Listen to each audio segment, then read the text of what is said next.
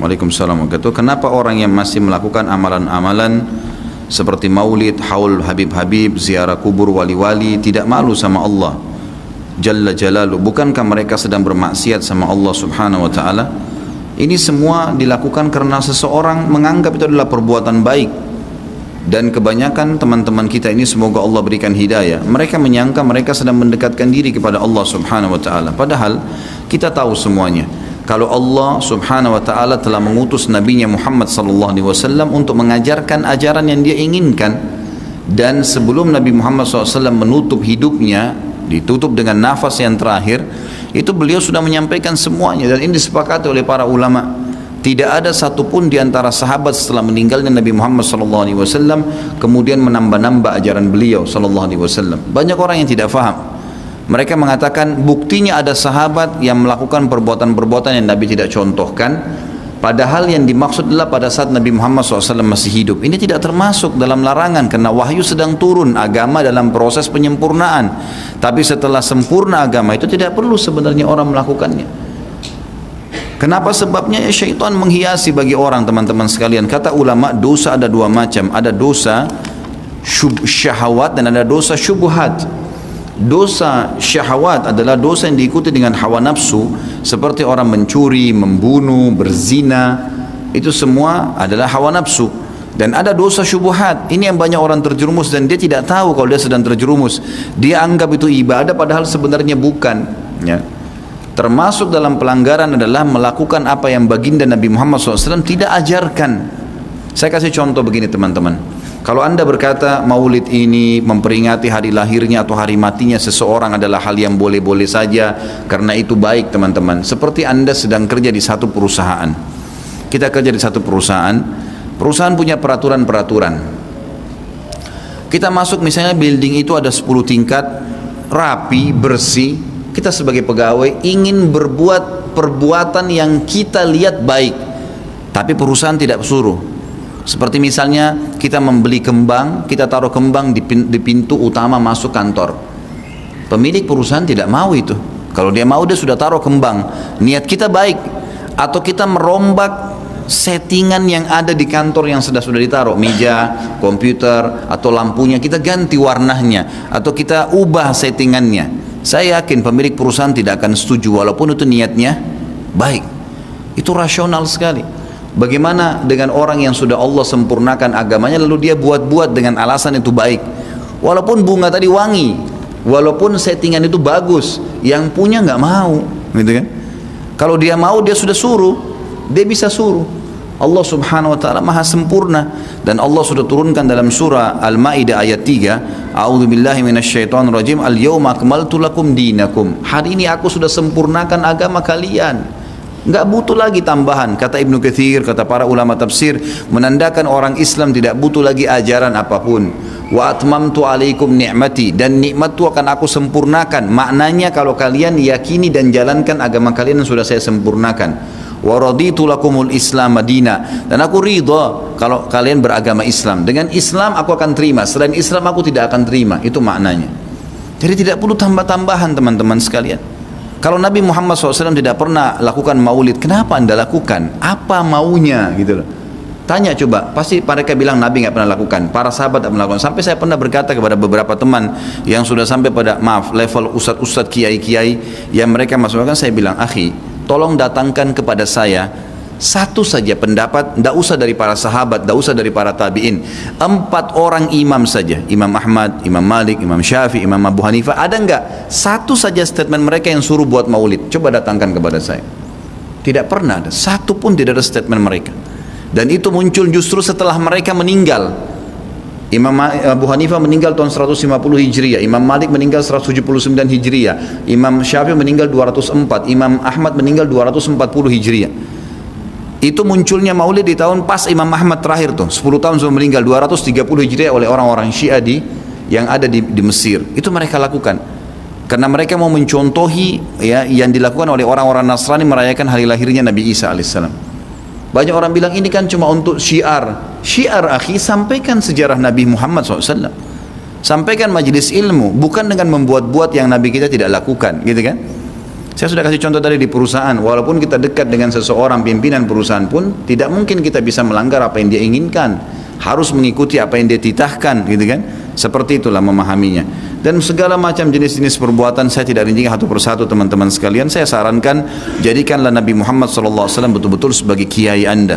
Kalau mau kerjakan sesuatu tanya Nabi Muhammad SAW kerjain nggak? Kalau enggak cukup. Kita nggak lebih pintar dari Nabi SAW, teman-teman. Dan beliau diutus untuk dicontohi. Yang diperintahkan saja sudah padat, sudah banyak. Untuk apa buat-buat lagi? Udah banyak gitu kan?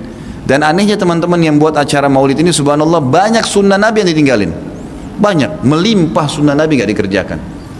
Banyak sekali. Kita temukan kukunya masih panjang, hal yang kecil. Istrinya belum pakai jilbab, dia masih belum datang ke masjid sholat 5 waktu. Banyak. Rame-ramein aja pada saat acara itu saja. Itu pun tidak ngerti apa itu acara. Datang baca salawat, berdiri tengah-tengah, padahal dianggap ruhnya Nabi SAW sedang lewat tuh. Itu keyakinan mereka itu. Coba tanyain gitu kan. Memang sudah begitu. Jadi tidak cukup dengan kata-kata baik.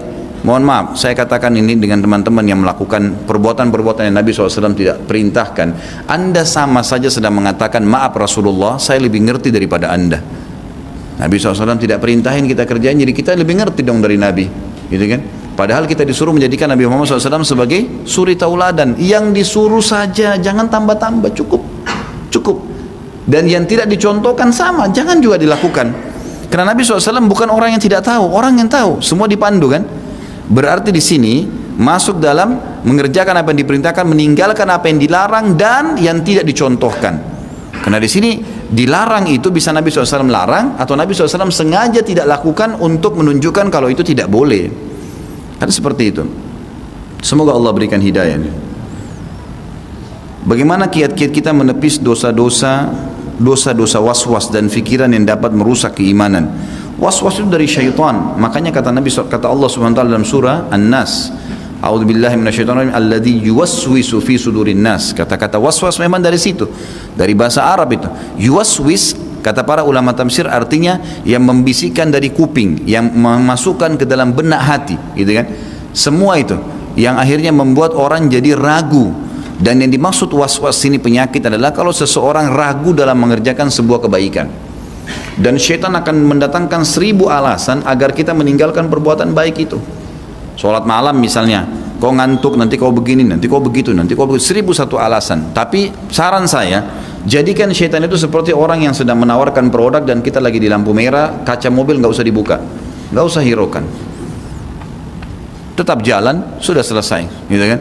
Seperti itu, Allahu a'lam. Dan ini penyakit dari syaitan yang harus dilawan dengan cara baca a'udzubillahi minasyaitonirrajim. Dan ingat kata para ulama, satu-satunya cara untuk menghilangkan was-was, ketidakyakinan, bahasa lainnya was-was itu kan tidak yakin, berarti ketidakyakinan adalah ilmu. Kita ragu nih, saya kalau berangkat naik pesawat misalnya goyang nggak ya, was-was. Baik, bagaimana cara menghilangkannya? Naik pesawat, orang jutaan yang naik pesawat tidak ada masalah tuh, bolak-balik satu hari berapa kali, kecuali kalau cuma kita sendiri yang jadi bahan cobaan mungkin lain ya. Tapi ini enggak, semua orang lakukan, maka bisa hilang dengan ilmu. Semua orang yang sudah melakukan dengan ilmu, dia berangkat, oh iya, sudah berani yang kedua kalinya, sudah berani yang ketiga kalinya, dan seterusnya, gitu kan? Orang tidak berani safar, orang tidak berani berumah tangga, orang tidak berani usaha, karena belum mencoba. Orang juga yang mencoba, itu akan ada suka dukanya, gitu kan? Itu ada suka dukanya. Saya subhanallah tadi berbicara dengan istri saya, lagi sementara kesini, lalu saya bilang, seorang muslim kalau memiliki keturunan banyak, maka berarti dia memiliki keturunan muslim yang banyak. Dan itu salah satu hikmah daripada pernikahan dalam Islam, gitu kan. Lalu dia bilang, tapi ada teman saya yang mengatakan kalau banyak anak itu bagaimana mengurusnya. Saya bilang, orang yang seperti ini dia tidak akan mau punya anak nanti, karena belum ada, sudah was-was, sudah ragu. Padahal semua orang yang punya anak juga baru memulai untuk mendidik anaknya kok. Sama, kita semua sama-sama di garis start. Tinggal kita ambil teori syar'i, terapkan pada mereka. Selebihnya bertawakal kepada Allah SWT. Imam Ahmad itu rahimahullah kalau tidak salah memiliki anak lebih dari 6 atau 7 orang, semuanya menjadi ulama. Dikader, didoakan, diikhtiar. Bersamaan dengan waktu itu juga banyak teman-temannya Imam Ahmad rahimahullah yang memiliki juga anak-anak sama-sama dari garis start.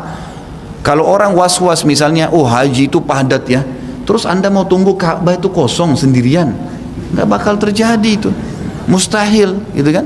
Saya pernah bilang sama teman saya di Madinah, pas Ramadan saya lagi umrah, orang-orang Saudi, saya bilang sama dia, akhi Ramadan ente nggak umrah? Ya akhi padat begini. Anda bilang kalau ente mau tunggu Mekah itu kosong, nggak bakal terjadi sampai hari kiamat. Kalau semua orang alasannya begitu, tidak bakal umrah Ramadan tuh. Padahal tinggal naik mobil saja. Oh iya ya, iya berangkat, paksain diri, nggak bisa. Akan hilang was-was dengan ilmu. Coba, gitu kan? Dalam pepatah bahasa Arab, jarrib ta'rif. Asal itu benar, kita harus yakin. Cobalah maka kau akan mengetahuinya. Apakah mengamalkan zikir pagi dan petang dengan membaca al-ma'thurat yang disusun oleh Syekh Hasan Al-Banna merupakan perkara bid'ah atau tidak? Kita, maaf teman-teman sekalian, saya tadi tidak sempat sortir pertanyaan. Saya sarankan jangan sebut nama orang di pengajian saya.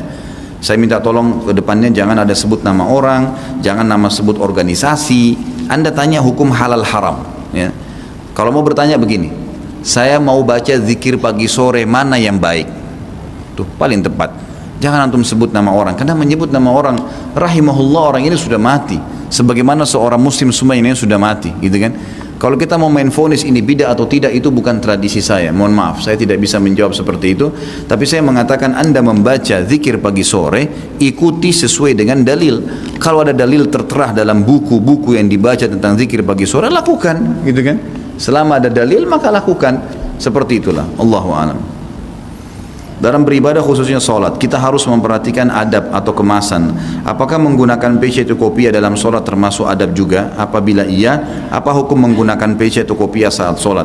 Tentu saja, ya, termasuk adab, karena adabnya sebenarnya, ya, rambut itu tidak turun menutupi dahi. Sebenarnya adabnya itu, karena memang dahi ini harus masuk, harus kena tempat sujud, gitu kan? Maka kalau ada rambut harus bisa dipegang. Tapi bukan larangan, ya, bukan larangan, tergantung. Karena pernah Nabi SAW sering menggunakan imamah dalam sholatnya, menutup kepala beliau SAW. Tapi ada riwayat Bukhari menjelaskan pernah ada sahabat masuk masjid rambutnya acak-acakan. Lalu kata Nabi SAW, perintahkan orang ini untuk keluar menyisir rambutnya dengan rapi, kemudian dia masuk ke dalam masjid. Intinya adabnya adalah rapi, pakai topi atau tidak, intinya itu. Yang penting kita tahu kita sedang bertemu dengan pencipta alam semesta, itu adabnya. Masa kita kalau mau ketemu dengan presiden bingung dengan baju yang mana, sepatu yang mana, bahkan mungkin obrolannya kita atur dengan rapi, mungkin rambutnya diberikan pewangi atau mungkin sesuatu minyak yang bisa merapikannya. Maka dengan Allah SWT harus lebih bisa beradab. Dia memberikan kita nafas, gitu kan? Dia memberikan kita kehidupan, yang menciptakan segala sesuatunya. Kita kalau bahagia, Bapak Ibu sekalian, yang ciptakan kita Allah, yang ciptakan kebahagiaan Allah, yang bisa mempertahankan adalah Allah. Yang memberikan kita cobaan Allah, yang menciptakan kita Allah, memberikan cobaan Allah, yang bisa mengeluarkan dari cobaan hanya Allah. Maka semua orang yang beriman tahu dia hanya kembali kepada Tuhannya Allah Subhanahu wa taala. Apakah hukum jual beli dengan sistem dropship yang biasa digunakan dalam jual beli online? Baik, kalau seandainya yang dimaksud di sini adalah selisih harga, maka perlu dijelaskan. Transaksi online akan halal, Allahu a'lam, sebatas ilmu saya. Kalau ada ustadz-ustadz lain yang lebih kapabilitasnya lebih ada, bisa menjelaskan kepada anda dalilnya kuat, ambil. Ya, jangan berpegang pada pendapat saya saja. Tapi ini Allah a'lam, setahu saya, kalau seandainya seseorang bertransaksi dengan produk orang lain, gitu kan, itu dibolehkan dalam Islam, dibolehkan asal memang jelas antara akad dia dengan pemilik produk. Misal, saya akan membeli produk Anda pada saat saya punya konsumen, ya, dan saya akan membeli dengan harga berapa? Harganya 36.000 misalnya. Baik, saya bisa dapat diskon berapa? Semua transparansi dari awal. Anda dapat 10%. Baik, saya bisa jual nanti dengan harga 36.000 seperti Anda jual? Boleh. Baik, silahkan. Pada saat itu akad kita dengan pemilik produk jelas, gitu kan?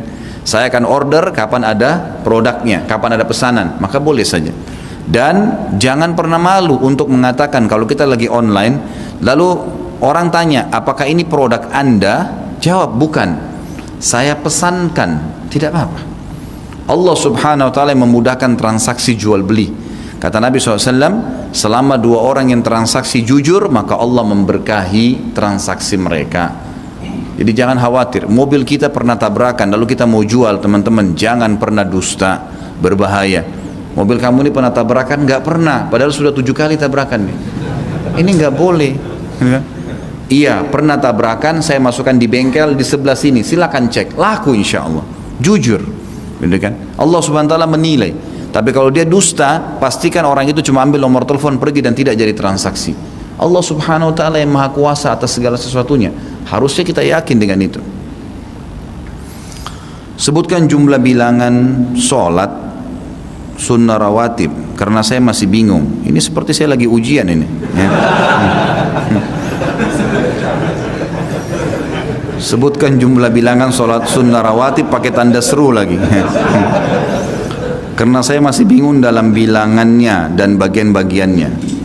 Sunnah rawatib 12 rakaat sehari semalam, 2 rakaat antara azan dan iqamah subuh, itu namanya sunnatul fajr. Dan kata Nabi SAW, 2 rakaat antara azan dan iqamah subuh itu sunnatul fajr, lebih baik daripada dunia dan seluruh isinya.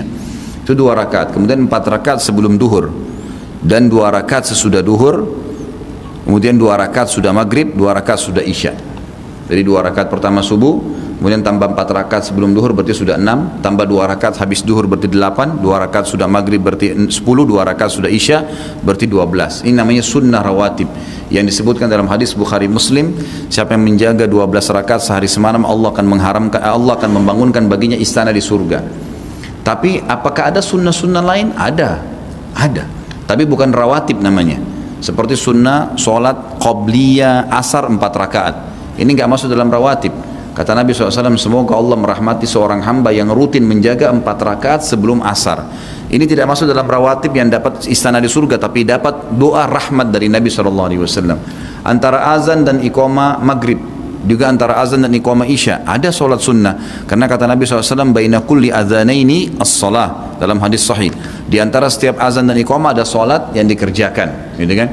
Juga dalam hadis yang dihasankan oleh para ulama hadis tentang solat qabliyah maghrib, dikatakan ya sekerjakanlah sebelum maghrib itu, gitu kan? Jumlahnya Nabi SAW sebutkan 2 sampai 6 rakaat bahkan, gitu kan? Itu pun kata Nabi SAW, liman sya, siapa yang ingin lakukan, boleh. Juga sama dengan ba'diyah duhur ditambah lagi 2 rakaat.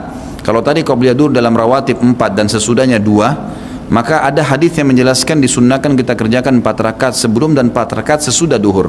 Kata Nabi SAW, man hafidha 4 rakaatin qabla duhur wa 4 ba'dahu haramallahu alaihi nar. Siapa yang menjaga 4 rakaat sebelum duhur dan 4 rakaat sesudah duhur, Allah akan haramkan baginya api neraka. Jadi ada sunnah-sunnah, gitu kan? Ini semua berhubungan dengan solat wajib. Rasulullah SAW setelah solat tidak pernah berdoa, beliau hanya berzikir dan selesai. Tapi ada hadis ketika Rasulullah SAW ditanya tentang doa yang paling didengar oleh Allah Subhanahu Wa Taala, beliau menjawab di pertengahan malam dan setelah solat fardu. Mohon penjelasannya. Jadi setelah solat Nabi SAW tidak pernah memandu doa berzikir, doa secara berjamaah habis solat 5 waktu. Itu yang disebutkan dalam hadis Bukhari. Karena Nabi SAW berzikir, kemudian beliau berdiri. Dan beliau sering kali berdiri kemudian menuju ke pintu gerbang masjid menunggu siapapun sahabat yang mengeluarkan. Itu tradisi Nabi setiap saat. Maka ulama mengambil kesimpulan bahwasanya dari riwayat-riwayat seperti ini, kalau Nabi SAW memang tidak pernah merangkaian doa khusus habis sholat 5 waktu. Tinggal masalah hadis riwayat Tirmidzi, walaupun masih diperselisihkan derajatnya oleh para ulama. Mereka mengatakan kalau yang dimaksud diijabah oleh Allah SWT adalah doa masing-masing secara individu. Doa masing-masing secara individu, gitu kan? Dan ini amannya adalah tidak digabungkan dengan zikir habis sholat. Selesai zikir semua, selesai rangkaian itu, kita memang sudah niat mau berdiri, maka kita berdoa kepada Allah SWT. Atau lebih amannya kata ulama, kalau dia kerjakan setelah ba'diyah, setelah sholat sunnah ba'diyah baru dia berdoa, itu jauh lebih kena, gitu kan? Karena setelah sholat ba'diyah pun, misalnya ba'diyah duhur atau ba'diyah maghrib, masih terhitung setelah sholat fardu itu, masih rangkaian habis sholat fardu, gitu kan? Jadi ini juga bisa dikerjakan ini, dan ini jauh lebih aman kata para ulama. Saya seorang suami yang baru bercerai dengan istri dan mempunyai 3 anak, semuanya tinggal dengan saya. Yang mau saya tanyakan, istri saya ingin rujuk lagi, tapi saya sudah tidak mau karena dia sudah mengecewakan saya. Apakah tindakan saya dibenarkan secara syar'i? Tentu saja Bapak sekalian, Allah Subhanahu wa taala mengatakan dalam Al-Qur'an, a'udzubillahi minasyaitonir rajim, wal qadhiminal ghaidha wal 'afina 'anil nas wallahu yuhibbul muhsinin. yang artinya wal qadhiminal ghaidha, orang-orang yang mampu menahan emosinya sementara dia punya kebenaran. Qadhiminal ghaidh, qadhim itu dia menahan, ghaidh emosi yang memang dia benar tapi dia menahannya. Wal afina 'anil nas, dan orang yang suka memaafkan orang lain. Wallahu yuhibbul muhsinin, dan Allah suka dengan orang yang berbuat kebaikan. Saran saya, dahulukan ini. Kalau hanya pelanggaran-pelanggaran atau kekecewaan yang dilakukan itu sifatnya ya duniawi, yang memang mungkin pelanggaran dulu masih malas mengerjakan kewajiban-kewajiban dan masih bisa dinasehati, dia memang mau taubat, Allah Subhanahu wa taala aja memaafkan. Kenapa Anda tidak maafkan? Kesian anak-anak gitu kan. Tapi kalau dasarnya memang orangnya buruk, ahli maksiat, Anda punya hak untuk tidak kembali. Ahli maksiat ya, memang dia berzina, memang dia minum khamar, memang dia berbuat hal-hal yang haram, dosa-dosa besar, itu Anda punya hak, jangan kembali. Saran saya tidak. Tapi kalau cuma urusan duniawi yang memang sifatnya mungkin ada sifat yang kasar, mungkin begini dan begitu, dan masih bisa ditoleransi, dia mau perbaikin, terimalah gitu kan, terima. Bahkan ada seorang sahabat pernah mengatakan, ya Rasulullah, saya pulang ke rumah, saya temukan istri saya bersama laki-laki lain, apa yang harus saya lakukan? Lalu Nabi SAW ya, mengatakan ceraikanlah dia. Artinya jelas orang itu selingkuh, berbuat dosa besar. Kata sahabat itu, tapi ya Rasulullah, saya mencintainya, saya suka dengan dia, apa yang saya harus lakukan? Kata Nabi SAW, kalau begitu pertahankanlah, pertahankan sambil perbaikin, asal memang dia mau perbaikin silahkan gitu kan, seperti itu. Apa yang kita lakukan jika sutra kita yang berupa benda disingkirkan oleh orang lain ketika sholat? Bapak Ibu yang belum tahu masalah sutra, sutra itu adalah pembatas di depan kita kalau sholat. Namanya dalam ilmu hadis sutra. Kita disunnahkan kalau sholat ada sutrahnya. Sutra itu seperti tiang ya. Mungkin di masjid kita ini juga ada, sudah dibuatin kecil-kecil di belakang, ada kayu-kayu yang berbentuk, itu sutrah namanya. Jadi saya sarankan kalau sholat selalu bawa sutrah itu di mana-mana. Kalau tidak ada, kita bawa tas atau sesuatu tanda, diberikanlah tanda di depan kita sholat. Karena sutra ini penting, gitu kan? Bahkan ada hadis yang dihasankan oleh Syekh Albani rahimahullah, tidak ada sholat kecuali dengan sutra, gitu kan? Jadi semestinya memang kita harus memiliki sutra, ya harusnya ada. Kalau sholat berjamaah yang memiliki sutra adalah imam. Makanya seperti mihrab itu adalah imam. Ini juga di depan sudah dikasih contoh sutrahnya ada untuk imam kita, gitu kan. Khilaf di antara ulama tentang ukurannya, tapi hadis sahih menjelaskan kurang lebih sekitar 46-45 cm tingginya, gitu kan. Itu dianjurkan. Lebih tinggi daripada itu nggak apa-apa, tiang. Kalau di kamar tidur kita mungkin ranjang, lemari, niatkan jadi sutra. Kata Nabi SAW, saking pentingnya sutra ini, kalau kalian sedang sholat dan ada hewan yang akan lewat memotong sutra kalian, sutra itu antara kita dengan tempat tadi, tiang itu. Tiang ini namanya sutra, tapi di antara kita juga ini memotong sutra kalian, memotong di antaranya. Maka merapatlah ke sutra kalian agar hewan tersebut tidak memotong sholat kalian. Jadi saking pentingnya menjaga sutra itu. Dalam hadis lain kata Nabi SAW, kalau seseorang akan memotong sutrahmu antara saya dengan tempat sujud saya ini, maka tahanlah dia. Gitu kan, tahanlah dia, berikan isyarat. Jadi kita boleh mengeluarkan tangan, memberikan isyarat seperti ini kurang lebih. Kalau dia tetap maksakan, kata Nabi SAW, pukullah dia, karena bersama dia qarin, syaitan yang sengaja memaksakan. Tapi ini kalau sholatnya sendirian, kalau sholat berjamaah imam jadi patokan. Jadi kalau misal di saf pertama di ujung sana masih ada kosong dan ini sudah 5 saf, kita lihat ternyata ada celah kosong, ya lagi sholat berjamaah, kita boleh lewatin makmum untuk pamit lewat untuk masuk ke saf yang kosong itu, dan tidak masalah lewat di depan mereka karena sutrahnya adalah imam kalau sholat berjamaah. Tapi kalau sholat sendiri kita sendirian. Dan bagi orang yang suka memotong sutra ini hadisnya berbahaya. Kata Nabi SAW, kalau seandainya seseorang tahu beratnya dosa yang Allah hukumkan kepada orang yang memotong sutra sholat seseorang, gitu kan, maka dia lebih baik menunggu selama 40 tahun daripada dia memotongnya. Jadi saking beratnya gitu ya, ini ibarat dari Nabi SAW. Bagaimana kalau seandainya seperti tadi saya lagi sholat, sutra saya diangkat oleh orang lain? Kalau anda dapat ada sesuatu yang bisa dijadikan sutra di depan kita, melangkah boleh. Kata Nabi SAW, langkah kaki yang paling mulia di muka bumi adalah langkah yang menutup saf-saf yang kosong. Maksud di sini adalah kalau kita lagi sholat sendiri, misalnya anda lagi saf kedua, kemudian di depan kita ada orang yang kita jadikan sutra. Orang itu berdiri karena punya hajat, maka kita dekat, bisa melangkahlah ke depan, ke saf 1 saf atau 2 saf untuk merapat ke sutra. tiang ataupun apa yang kita bisa lakukan. Jadi jangan heran kalau melihat ada orang jalan sementara sholat kalau mengejar sutra, karena itu ada hadisnya. Itu memang ada hadis yang menjelaskan masalah itu. Bahkan Nabi SAW menjadikan itu langkah di muka bumi yang paling mulia di sisi Allah Subhanahu wa ta'ala. Sama halnya kalau ada orang yang sholat misalnya di saf. Ini di Indonesia saya lihat masih belum semuanya faham. Kalau misalnya kita lagi di saf kedua, di saf pertama ternyata ada satu makmum batal wudunya, atau dia ingat dia tidak punya wudu, lalu dia keluar, jangan dibiarin safnya kosong, yang di belakang harus maju. Sebagaimana kalau imam tiba-tiba mati atau imamnya buang air ngeluarin angin, batal wudunya, lalu dia keluar.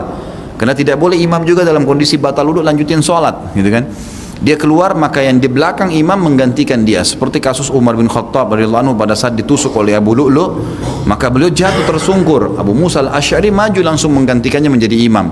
Sementara ada sahabat Nabi yang lain yang memang membantu Umar bin Khattab untuk menyelamatkannya. Lalu mereka sholat setelah itu. Tapi Abu Musa al-Asy'ari melangkah ke depan dan menggantikan posisi Umar radhiyallahu anhu. Apa yang harus dilakukan jika kita buang angin di tengah sholat, yang posisi kita ada di tengah-tengah saf yang banyak, di mana kita tidak boleh lewat di depan orang sholat? Ini sudah saya jawab ya. Sudah terkena sutra Anda kalau berjamaah adalah imam, jadi boleh lewat, gak ada masalah. Apa itu ujub? Bagaimana hukum wanita yang bermake up? Ujub itu berbangga-bangga dengan amal, itu namanya ujub. Misal saya sudah umrah 70 kali, saya sudah haji 10 kali, saya sudah menyumbang sekian banyak, dan seterusnya. Ini namanya ujub, gitu kan? Dia sangat partner sama riya. Kalau riya menghiasi ibadah untuk dipuji atau untuk makhluk, gitu kan? Kalau ujub membangga-banggakannya, sekian kali saya lakukan, sekian. Ini tidak boleh, semuanya dosa besar. Riya dan ujub dua-duanya dosa besar, tidak boleh sama sekali. Kita tidak butuh menceritakan kepada orang lain, Bapak Ibu sekalian, karena Allah sudah titipkan sekretaris yang tidak pernah tidur. Ada Raqib dan Atid, catat semua, tidak terkecuali. Kita tidur pun mereka catat. Dan subhanallah, semua orang yang tidak menceritakan apapun yang dia lakukan, kecuali dalam keadaan darurat ya, memang dia harus sampaikan supaya orang lain ambil pelajaran misalnya. Ini dibolehkan oleh para ulama. Masuk dalam firman Allah, fa'amma binikmat rabbika fahaddits. Tapi ini harus bisa ngontrol manfaatnya. Mungkin seorang alim ulama seperti pada saat Sa'id bin Musayyab rahimahullah mengatakan, saya tidak pernah ketinggalan takbiratul ihram imam selama 40 tahun, gitu kan? Itu menandakan ibadah. Beliau sebutkan, tapi beliau ingin memberikan motivasi ke orang untuk mengerjakannya. Tapi beliau memang seorang alim ulama yang memang betul dicontohin, bukan untuk semuanya orang-orang awam yang menyebutkan. Maka jauh lebih aman kalau kita tidak menceritakannya. Karena kata Nabi SAW dalam hadis riwayat Imam Muslim, Inna Allah yuhibbut taqiyul ghaniyul khafi. Allah cinta sekali dengan orang yang taqi, yang bertakwa, mengerjakan semua apa yang Allah perintahkan, menikmati yang halal dan meninggalkan apa yang Allah larang. Dan ghani, orang kaya dan suka bersedekah. Dan khafi, khafi itu suka menyembunyikan amalnya. Itu lawan daripada ujub. Kita kalau tidak ceritakan kepada orang, pastikan setelah kita meninggal, maka akan disebar luaskan oleh Allah untuk menjadi amal jariah buat kita.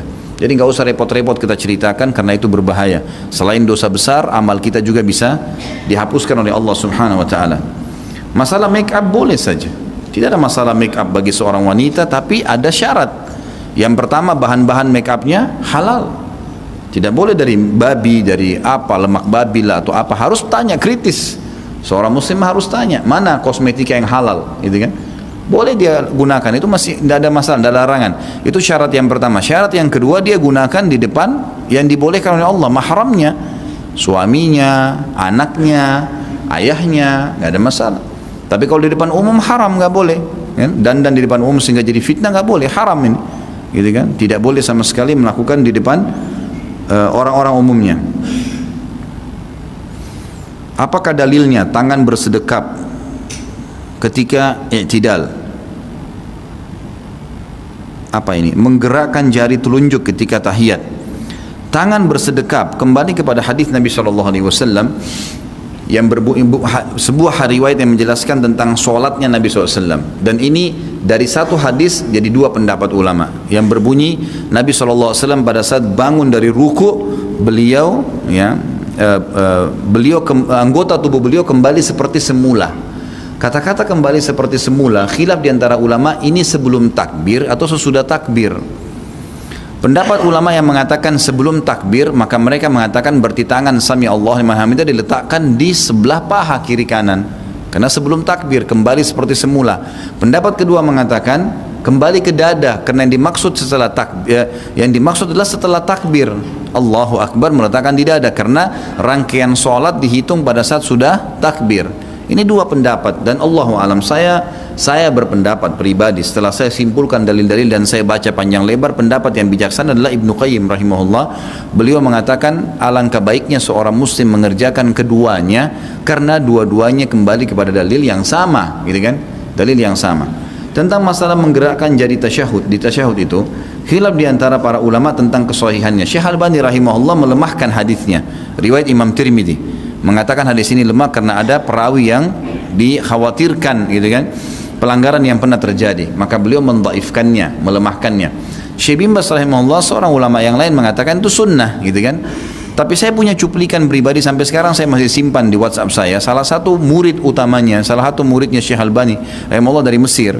Beliau cukup banyak sekarang diikuti dalam pengajian-pengajian di Timur Tengah, terutama di Mesir. Beliau mengatakan pengalaman pribadi, dia bilang saya pernah duduk dengan Syekh Albani pada saat saya di majelis beliau dan saya lagi sholat sunnah, kemudian saya menggerak-gerakkan jari saya di tasyahud, gitu kan, berpegang pada hadis riwayat Tirmidzi, dan beliau belum tahu kalau Syekh Albani mendhaifkannya. Pada saat selesai, dia bilang saya selesai sholat, maka Syekh Albani datang mendekati saya dan berkata,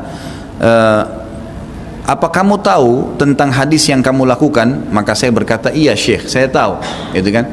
Maka Syekh Albani tidak mengatakan jangan kau kerjakan, tapi Syekh Albani mengatakan dengan hikmah dan ilmunya, Masya Allah, beliau memuji dan mengatakan, kalaupun kau mengamalkan hadis itu, maka getarkanlah jarimu dan bukan digerakkan ke atas dan ke bawah. Dan itu dicontohkan oleh beliau dalam cuplikannya, digetarkan, gitu kan. Kalaupun kau mau praktekkan maka getarkan. Allahu alam, saya ambil kesimpulan dari sini, maka insya Allah dua-duanya bisa, gitu kan. Tidak usah terlalu jor-joran tentang masalah ini, karena memang pengakuan murid Syekh Albani sendiri yang mendhaifkannya mengatakan seperti itu. Syekh Albani bukan mutlak, kalau memang itu hadisnya mungkar tidak boleh, maka pasti akan ditolak secara mutlak oleh beliau. Ini juga Ibnu Qayyim masuk dalam poin seperti ini, adalah mengatakan lebih baik seorang muslim melakukan setiap kali ada khilaf dalam dalil yang sama, maka dikerjakan, diselang-selingkan dikerjakan, sehingga dia mendapatkan pahala dari sini dan dari situ.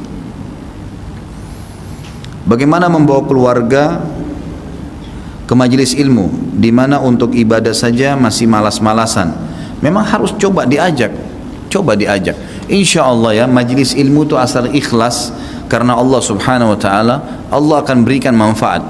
Mungkin langkah awal bisa anda perdengarkan dulu cuplikan-cuplikan ceramah, gitu kan, kirimkan ke HP-nya, mungkin yang durasi 7 menit, kultum, ceramahnya ustadz siapa, gitu kan. Ceramah-ceramah saya juga banyak, kalau mau diambil dikirimkan ke pasangannya. Dan banyak sekali pengakuan suami istri kepada saya, mereka mengatakan setelah dengar ceramah ustadz kami tersentuh. Ya alhamdulillah, jadi kan coba dilakukan, berikan dulu cuplikan, kemudian kalau dia sudah mulai tertarik, baru kita ajak ke majelis ilmu. Atau misalnya kita mengatakan, saya kemarin hadir di majelis ilmu itu, buatlah bagaimana kita seperti seorang marketing yang untuk menawarkan produk kita adalah mencari pahala dari majelis ilmu, mengajak orang lain ke masjid, mengajak orang lain untuk belajar. Kita tawarkan kepada dia sebagus mungkin sebuah promosi yang bisa membuat dia datang, asal tidak dusta. Misal, saya kemarin hadir di sana, dan setelah saya hadir beberapa kali saya merasa tersentuh sekali, dan saya mau kamu merasakannya. Itu kan sebuah cara yang menarik untuk menarik dia untuk bisa mendengarkan, dan tidak ada kedustaan. Tapi nggak boleh kita mengarang-arang hadis palsu, kita mengatakan untuk motivasi orang, itu tidak boleh. Karena ini kata Nabi SAW, man kadzaba alayya muta'ammidan falyatabawwa maq'adahu minan nar. Siapa yang berdusta atas nama saya secara sengaja, maka dia memilih tempatnya di api neraka. Saya biasa sholat di sebuah musola di mana saya dengan teman saya menilai imam di musola tersebut. Saya dengan saya menilai imam di musola tersebut melakukan kesalahan dalam sholat, baik itu bacaan, gerakan, dan bid'ah lainnya.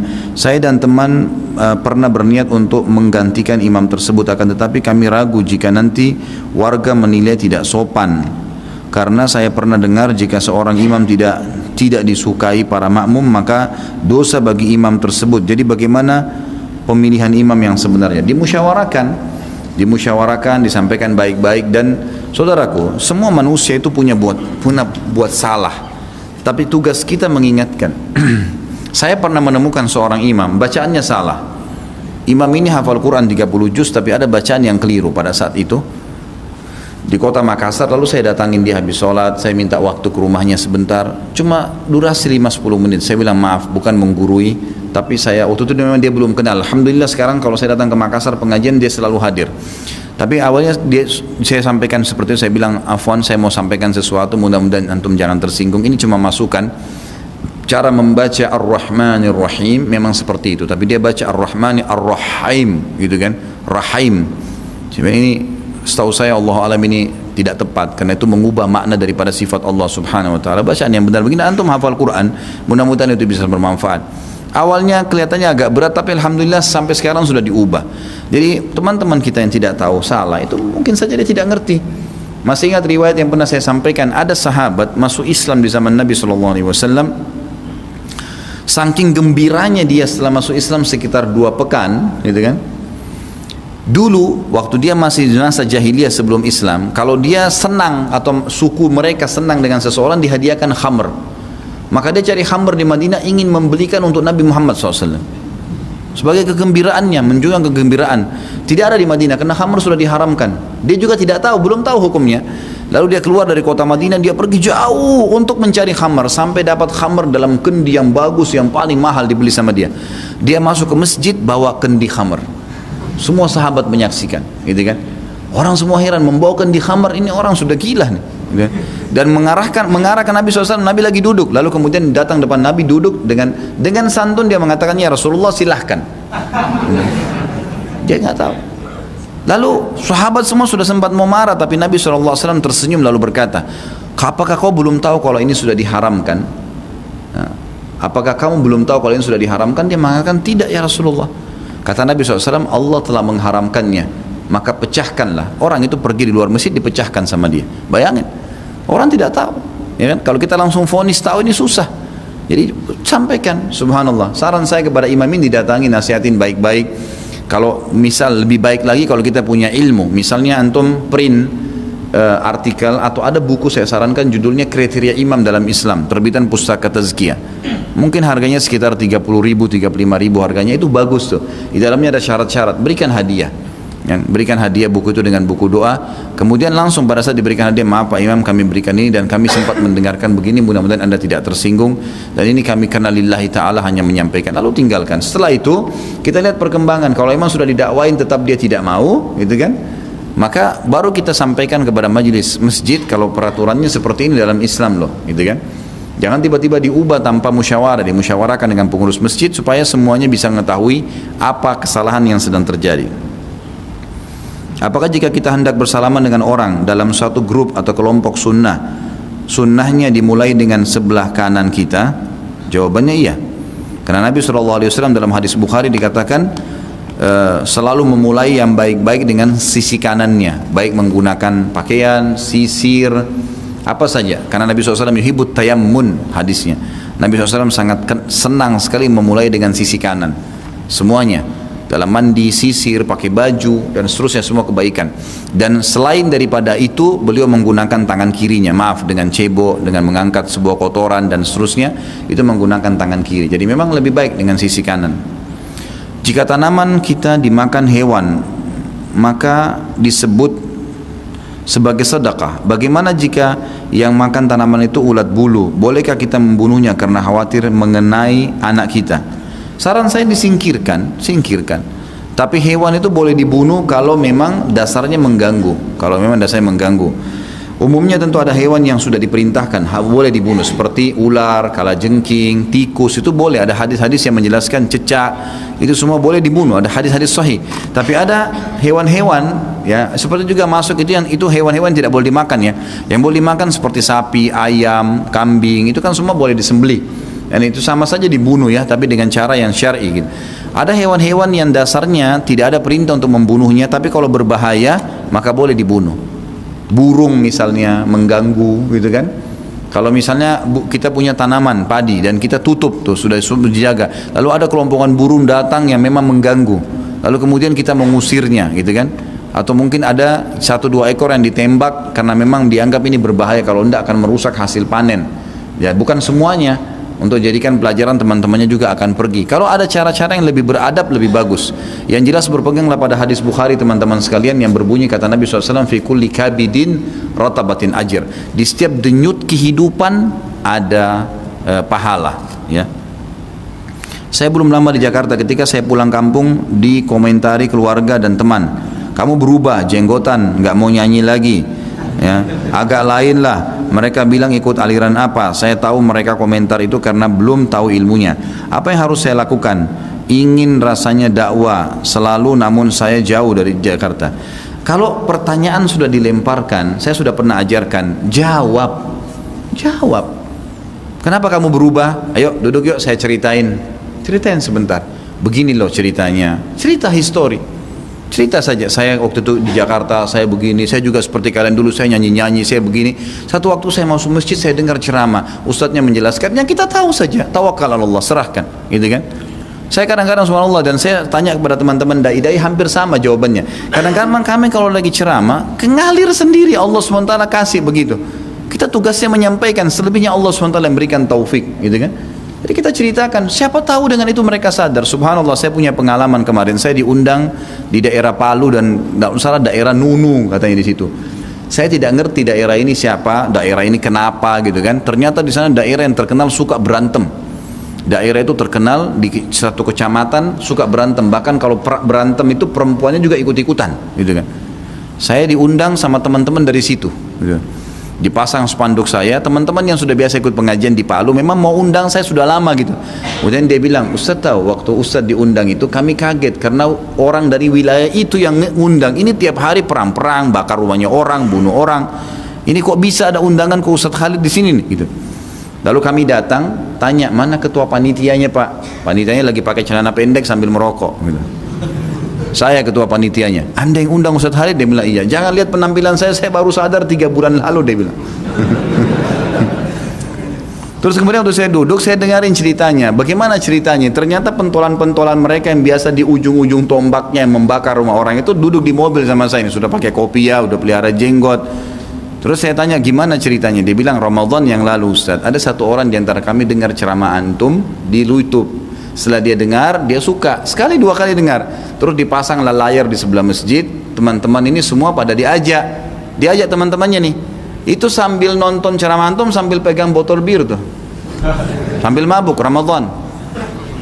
2 hari berturut-turut, 3 hari dengar ceramah, berhenti masuk masjid semuanya kaget orang-orang situ. Kalian ini kenapa nih bisa sadar begini gitu. Tapi hidayah di tangan Allah Subhanahu Wa Taala. Ceritakan saja, sampaikan. Dia tidak cerita apa-apa, dia cuma putarin ceramahnya saja. Ada salah satu teman kemarin yang cerita sama saya, lagi di kereta api, kemudian dia ketemu orang ngobrol di sebelahnya, ternyata orang ini punya banyak jimat-jimat. Dia bukain ceramah, kata dia ceramah saya, memang dia sering hadir pengajian saya, ini ceramahnya Ustaz Khalid nih tentang masalah sihir, cuplikan durasi. Biasa teman-teman Pak Diarto dan teman-teman tim mengangkat sedikit tanya jawab atau ada keterangan 7-8 menit, dinonton. Subhanallah, hidayah di tangan Allah. Kata dia, saya tidak sangka Ustaz tiba-tiba jimatnya dikeluarin semua, setelah nonton dibuang semua. Seketika pada saat itu 7 menit dengar ceramah. Hidayah di tangan Allah. Tugas kita ikhtiar, ma'alaika illal balag, cuma sampaikan. Jadi ceritakan, jangan tiba-tiba senyum-senyum saja atau merasa nggak enak atau akhirnya duduk berbaur sama mereka. Ceritakan. Mungkin subhanallah akhirnya malamnya kita diajak duduk ngobrol lebih jauh, diskusi, kita lebih banyak bisa cerita. Tugas kita menyampaikan yang kita tahu saja. Ada seorang pedagang kalau sepi dia mengeluh. Apa ini merupakan mengingkari nikmat Allah? Apa hukumannya?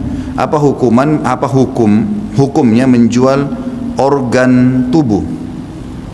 Tentu saja teman-teman sekalian, kalau dia mengeluh kepada Allah Subhanahu Wa Taala, dia mengeluh kepada Allah, ini pertanyaan terakhir ya, dia mengeluh kepada Allah Subhanahu Wa Taala, misal ya Allah, dagangan saya sudah berusaha ikhtiar dengan modal yang halal, kemudian saya sudah coba tapi ini belum laku, dia mengeluh dengan Allah, itu tidak ada masalah. Atau dia mengeluh pada ahlinya, dia datang kepada teman-teman yang memang ahlinya, ini kira-kira permasalahannya di dagangan saya, mungkin produknya nggak tepat, mungkin tempatnya nggak strategis, mungkin gini, musyawarah untuk dapat ilmu itu nggak masalah. Tapi kalau dia mengeluh keluh kesah, itu tidak boleh, keluh kesah. Ya, keluh kesah ini dalam arti kata, wah belum datang, misalnya sudah datang 3 orang pembeli, tetangganya dapat 7 orang, wah saya kok cuma 3, berkeluh kesah. Ini tidak boleh, ini dilarang dalam agama kita, karena Allah Subhanahu Wa Taala memang sudah membagi rezeki itu, ya. Insya Allah kalau dia keluh kesah kepada Allah nggak ada masalah. Ustaz, apa hukumnya bekerja sebagai PNS? Bagaimana? Maaf, tadi ini masih ada pertanyaan masalah hukum menjual organ tubuh. Nggak bisa ini, nggak bisa, haram, nggak boleh Bapak Ibu sekalian. Anda bukan pemilik organ tubuh Anda ini, Allah Subhanahu Wa Taala. Bagaimana caranya? Sedangkan orang kalau habis dipotong tangannya, mati, tangannya dimasukin, dijahit, dimasukin lagi. Kenapa jenazah pada saat kita mati Bapak Ibu sekalian dimandikan? Kenapa dikafani? Kenapa dikasih daun bidara, wangi-wangian? Padahal sebentar lagi dimakan sama belatung tuh. Karena ini pinjaman dari Allah, dikembalikan dengan cara baik. Sampai ulama mengatakan, nanti kita bahas ada adab terhadap diri sendiri. Ada nanti bahasan adab terhadap diri sendiri. Itu kata para ulama, beda pahalanya antara orang yang mati merawat dirinya, rambutnya selalu dirawat, tubuhnya dirawat semampu dia, karena ini pinjaman Allah, dengan orang yang amburadul, makan sembarangan, minum sembarangan, jadi penyakitan. Itu pahalanya beda. Ada adab terhadap diri sendiri. Nanti kita akan bahas masalah itu. Jadi memang harusnya kita faham ya. Jadi nggak boleh kita terus. Bagaimana dengan orang yang sakit? Ya orang yang sakit sudah nasibnya, dia berdoa kepada Allah SWT, tidak ada yang mustahil. Dan terbukti teman-teman sekalian, organ tubuh ini ditransaksikan, dijual belikan. Paman saya kebetulan nikah sama orang Malaysia di Johor, dan mertuanya orang Singapura. Dia membahasakan, saya bukan sedang membicarakan negaranya, tapi dia mengatakan peraturan di Singapura, organ tubuh itu disumbangkan memang. Bahkan sering kali jenazah walaupun itu muslim, itu kalau meninggal sudah datang orang pemerintah, datang sudah tiba-tiba sudah dikemas, jenazah tersebut dikasih ke keluarganya. Sampai pernah terjadi ada seorang muslim buka kain kafannya itu sudah matanya nggak ada, sudah ada jahitan di dadanya, diambil ini, dan itu ditransaksikan, dijual kan?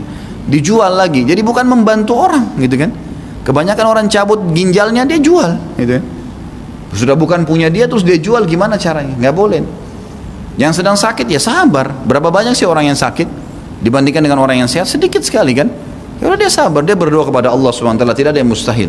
Kata Nabi SAW dalam hadis, Allah tidak turunkan penyakit kecuali Allah turunkan kesembuhan bersamanya. Tinggal bergantung kepada Allah saja. Apa hukum bekerja di PNS? Ini pertanyaan terakhir. Boleh saja, tidak ada sesuatu yang dilarang, kecuali kalau memang Anda bekerja di instansi pemerintah yang dasarnya haram, nggak boleh. Misal kita terlibat dalam izin-izin tempat hiburan misalnya, gitu kan? Nah itu sudah haram, itu berbahaya. Tapi kalau seperti guru, pegawai, mungkin tempat-tempat yang dibolehkan, gitu kan? Mengurusan masalah administrasi di kelurahan untuk merapikan ini dan segala itu tidak ada masalah. Jadi gajinya pun halal. Dalam hal kulit hewan kurban, masjid kami selama ini memberikan kulit tersebut pada ketua remaja masjid dan kemudian oleh mereka dijual. Apakah hal ini menyalahi larangan Nabi SAW dalam hal menjual kulit hewan kurban? Tentu saja yang ada teguran kalau kulit itu dijadikan sebagai khusus bahan bayaran. Ini yang saya tahu. Tapi kalau diberikan kepada orang tidak ada masalah. Kalau sudah jadi milik dia kemudian dia mau jual, itu urusan dia, gitu kan? Tapi yang di sini tidak boleh, lebih umumnya kayak gitu. Makanya saya sarankan kalau teman-teman nanti jadi panitia masjid, kemudian ada orang yang datang menyembelih, gitu kan? Ya dia dikasih upah, Masalah kulit mau dikasih itu kulit nanti, gitu kan? Nanti apa kalau mau dikasih lagi istilahnya. Atau kalau dasarnya memang dia mau beli kulit itu, yang uangnya nanti dikembalikan untuk kebutuhan. Beli kresek lah, apalah kebutuhan untuk hewan kurban itu juga sendiri, dan tetap mereka mendapatkan upah yang lain seperti penyembelih itu, dan yang bekerja boleh dapat daging kurban, nggak ada masalah. Termasuk juga boleh orang kaya dapat daging kurban ya, jadi bukan cuma orang miskin. Kita menyembelih misalnya sapi atau kambing dekat rumah, boleh nggak saya minta 1 kilo? Boleh, malah sunnah itu. Karena Nabi SAW mengatakan setiap habis menyembelih idribuli sahman, berikan saya sebagian dagingnya. Maka Nabi SAW ambil, lalu Nabi SAW nikmatin daging itu. Berarti kita sunnah boleh mengambil sebagian. Baik, kalau saya nyembelih sapi ada 30 kilo, 50 kilo, 100 kilo misalnya dagingnya, lalu saya ambil 10 kilo ke rumah, boleh nggak? Boleh, nggak masalah. Lalu kemudian ada adik saya datang, adik saya orang kaya raya, saya kasih kresek sama dia, boleh nggak? Boleh. Daging kurban boleh dinikmatin oleh orang miskin, orang kaya boleh. Tapi kalau kita mau bagi-bagi, umumnya dibagi kepada orang-orang yang tidak mampu. Jika kita sebagai seorang pedagang tahu bahwa calon pembelinya akan membayar dengan uang hasil judi, apa kita sebagai pedagang menolak uang tersebut atau diterima? Kalau sudah jelas sumbernya haram, jangan diterima. Anda punya hak untuk mengucapkan itu. Jangan ketakutan. Jadi jangan khawatir nanti, oh kalau gitu saya tidak dapat duit. Enggak. Kalau kita tidak tahu orang ini dari mana sumbernya, tapi kita tahu dia pejudi misalnya, cuman mungkin dia punya sumber lain, mungkin dia punya gaji, kan gitu, mungkin apa. Nah, kalau misalnya kita tahu sumbernya apa, kita tahu dia mungkin punya gaji, punya segala, hanya saja mungkin dia pakai judi, gitu kan? Mungkin dari gajinya ini masih tidak jelas, maka tidak perlu kita tanya, diambil nggak masalah. Tapi jelas-jelas dia datang, ini saya baru untung judi, saya mau borong toko kamu, maaf, silakan ke toko lain, saya nggak bisa terima ini. Kenapa kau nggak terima? Haram dalam agama Islam. Uang ini haram. Jangan malu. Saya selalu tekankan kepada teman-teman pedagang. Kadang-kadang kalau saya berikan motivasi kepada teman-teman yang sedang berusaha, itu maksudnya membuka usaha. Kalau berdagang pun bisa berdakwah teman-teman. Dari dokter bisa berdakwah. Ya jadi apapun bisa berdakwah. Masa kita kalah dengan orang non-muslim? Saya tahu di Irian banyak dokter-dokter non-muslim datang ke sana sambil ngobatin masyarakat, sambil didakwain agama Nasrani itu. Kenapa dokter kita sambil ngobatin nggak pernah sama sekali sebut nama Bismillah kah, mengatakan berdoalah kepada Allah? Wahai Bapak Ibu sekalian, ini cuma sekedar penyebab saja, tapi yang menyembuhkan Allah. Tidak pernah menggunakan dakwah. Dagang pun begitu, kan? Nggak ada salahnya di toko Anda titipkan beli buku-buku tentang hijab. Ada pembeli masuk tidak pakai jilbab, dikasih hadiah, gitu kan? Dikasih hadiah buku-buku itu. Belanja, ini ada buku ya, hadiah dari toko. Nggak apa-apa. Nanti dia tersinggung? Nggak akan tersinggung kok. Gitu kan? Kalau dia tahu, oh saya dikasih buku tentang jilbab ya, ya siapa tahu ibu mau baca, gitu kan? Ini hadiah dari kami. Tidak ada masalah. Jadi gunakan juga apa yang sedang kita gelutin sebagai lahan dakwah, itu penting, gitu kan? Itu penting, jangan malu dengan masalah itu. Jadi kalau ada orang datang jelas dia hasil zina, uang haram, dakwahin. Ini nggak boleh loh. Maaf, saya nggak jual. Walaupun satu toko saya ini 100 juta dibeli semua, saya nggak bisa karena ini uang haram. Anda bilang tadi menang judi kan, saya nggak mungkin terima. Ya, sudah, nanti siapa tahu dia bertanya, gitu kan? Emang nggak boleh, emang haram ya? Iya, memang haram. Anda tidak tahu dalilnya sekarang, subhanallah, di Google kurang dari 1 menit. Tinggal ketik dalil-dalil judi, keluar semua tuh. Tinggal ketik, baca, ini loh dalilnya. Nah, mungkin kalau kita tidak hafal, ini loh begini, atau bisa baca di sini, mungkin bisa jadi lahan dakwah. Nah, bagaimana Ustaz hukumnya memperkerjakan anak yatim yang memang anak yatim tersebut dalam keadaan miskin, sehingga dari pekerjaannya yang dilakukan anak yatim tersebut mampu membiayai dirinya sendiri? Boleh, nggak masalah. Nggak masalah sama sekali, kita pekerjakan, dia tidak tinggal di rumah kita lalu kita kasih pekerjaan. Tapi ingat ya, anak yatim ini saya sudah bilang tadi, jangan lupa belum balik. Kalau misalnya sudah SMA, sudah balik, sudah kuliah, ini bukan anak yatim.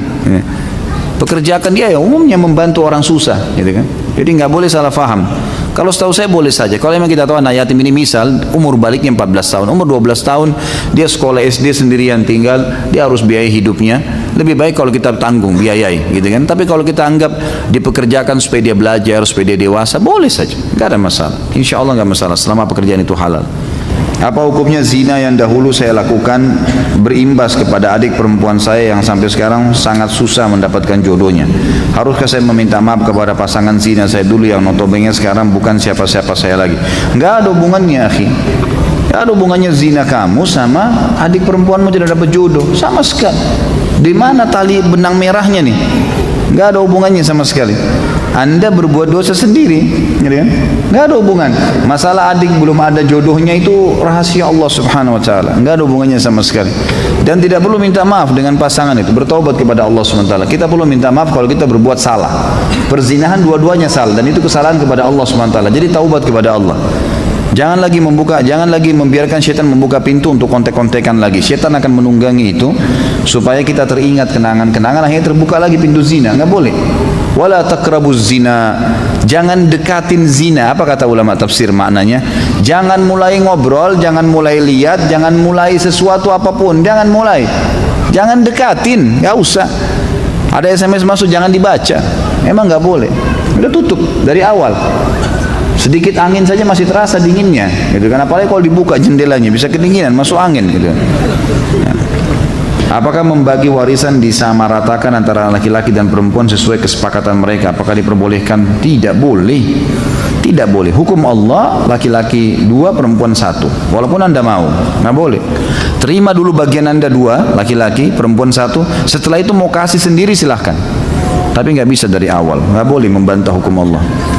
Kami bermaksud mengadakan resepsi pernikahan anak kami. Bolehkah mengadakan pengajian atau yasinan sebelum hari H? Baiknya dihadiri bapak-bapak dan ibu-ibu. Kalau pengajian boleh. Kalau membaca ayat Al-Quran, ini yang masih diperselisihkan oleh para ulama, gitu kan? Pengajian boleh, misalnya pengajian itu majelis ilmu untuk menjelaskan kepada calon mempelai, menjelaskan kepada keluarga-keluarga tentang bagaimana pernikahan dalam Islam, itu dibolehkan. Allahu a'lam, ini yang saya tahu. Tapi kalau membaca surah Yasin secara khusus, membaca ayat Al-Quran secara khusus, ini masih berbicara tentang masalah hukum ada dalilnya atau tidak, gitu kan? Lebih aman untuk tidak dilakukan. Jadi kita sebagai seorang muslim, setiap kali ingin melakukan satu perbuatan, jangan lakukan kecuali sudah tanya Nabi SAW lakukan seperti apa. Kita punya sejarah kok, bagaimana Nabi SAW waktu menghadapi pernikahan-pernikahan sahabat, gitu kan. Beliau sendiri pada saat menikah dengan istrinya dan para sahabat hadir, tidak pernah ada pembacaan ayat Al-Quran di rumah itu. Cuma datang Nabi SAW mengundang mereka pada saat Nabi menikah dengan Zainab, dan mereka hanya masih duduk ngobrol-ngobrol pada saat itu, dan Nabi malu menegur mereka. Turun ayat Al-Quran mengingatkan para sahabat, kalau kalian sudah datang ke acara pernikahan Nabi, maka selesai makan pulanglah, kata Allah. Itu perintah dalam Al-Quran, gitu kan. Karena Nabi malu menegur kalian, tapi Allah tidak malu mengingatkan kebaikan, ya. Jadi itu perbuatan, itu yang kita lakukan. Contohnya Nabi SAW. Ustaz, saya bekerja di satu perusahaan, saya masuk kerja dengan jaminan ijazah, tapi ijazah yang saya gunakan pada saat sekolah menyontek, bahkan membayar uang ke guru untuk mendapatkan jawaban. Apa hukumnya Ustaz? Anda berdosa dengan menyonteknya, tapi ijazahnya insya Allah tidak ada masalah. Kecuali kalau memang ijazah itu dasarnya tidak ada, kita nggak pernah ikut sekolah di situ, nggak pernah ikut sekolah lalu kita beli ijazah, nah itu tidak sah. Ijazah tidak sah, uangnya juga tidak halal kita dapatkan setelah itu. Tapi kalau dasarnya kita ujian, tapi ada di antara materi yang sempat kita nyontek, mungkin tidak semuanya, sehingga lulus misalnya, kita berdosa dengan itu, tapi ijazahnya tetap tidak ada masalah. Bolehkah mengutip isi arti Al-Quran untuk disablon pada baju? Ya. Ini lebih amannya jangan, lebih amannya, gitu kan. Kalau hanya sekedar nama mungkin ya, karena dikhawatirkan kalau baju itu dibawa ke WC, ya. Jadi lebih baik jangan. Tapi kalau misal hanya sekedar simbol tertentu, gitu kan, misal cuma nama, surah lebah misalnya, surah semut dalam Al-Quran ada, tidak ada ayat di situ. Mungkin ini masih boleh lah, ini masih boleh. Tapi kalau saran saya lebih baik kalaupun ada kata-kata di baju, di stiker, mungkin kata-kata baju secara khusus ya, karena baju ini dipakai kemana-mana, maka lebih baik ditulis kalimat-kalimat yang motivasi. Misalnya, hiduplah mulia dengan Islam, saya bangga menjadi seorang muslim, gitu kan. Kalimat-kalimat motivasi untuk berpegang pada Islam. Saya mencintai sunnah misalnya, gitu kan. Saya mencintai Al-Quran dan sunnah. Banyak kata-kata yang bisa dipilih yang menunjukkan simbol Islam. Itu saya sarankan lebih baik ke situ. Dan cukup banyak sih kata-kata berhubungan dengan ini daripada antum mencuplik ayat Al-Quran ataupun maknanya, tapi memang sebenarnya di ayat Al-Quran, maka ini khawatirnya malah dipakai ke tempat-tempat yang tidak dibolehkan ada ayat di situ ya, seperti WC, tempat-tempat yang mulia lah, tempat-tempat yang kurang mulia, kemudian masuk ayat-ayat yang mulia ini, maka sebaiknya dihindari. Saya punya uang 50 juta dari utang ke bank, apakah boleh untuk pembangunan rumah pribadi? Saya kalau uang utang itu berbunga, utang kan tidak boleh berbunga. Saya sudah jelaskan pertemuan yang lalu ya. Berbunga berarti riba. Kalau dia berbunga berarti hukumnya haram, tidak boleh. Dan Anda kalau bangun rumah dari situ berarti membangun dari hal yang haram. Dan saya sudah bilang teman-teman sekalian, jangan lampaui kapasitas kita. Banyak orang terlalu memaksakan. Apa sebabnya KPR banyak? Karena orang mau melampaui kapasitasnya. Kenapa sih kalau ngontrak dulu? Kenapa kalau kita harus ngontrak dulu, sewa dulu, semampunya? Oh kalau gitu saya nggak bakal punya rumah Ustaz. Nggak apa-apa nggak punya rumah di dunia, nggak apa-apa. Nggak ada ruginya. Kenapa kalau nggak punya rumah? Nah, tangan kita putus? Enggak kok. Jangan paksain. Lebih baik nabung uang daripada antum cicil tiap bulan. Nabung, buka rekening di bank syariah, masukin uang, begitu terkumpul insya Allah baru bayar rumah. Cash, silakan. Lebih mulia, walaupun kecil misalnya. Karena kita mau melampaui kapasitas kita teman-teman sekalian, akhirnya kita hutang dan tidak mau tahu lagi hutangnya dari mana, berbunga atau tidak. Riba ini teman-teman. Saya sudah jelaskan pertemuan yang lalu, 1 dirham riba lebih berat daripada 36 kali berzina. Dikatakan dalam riwayat lain 1 dirham riba lebih berat daripada menzinai ibu sendiri. Ini berat ini.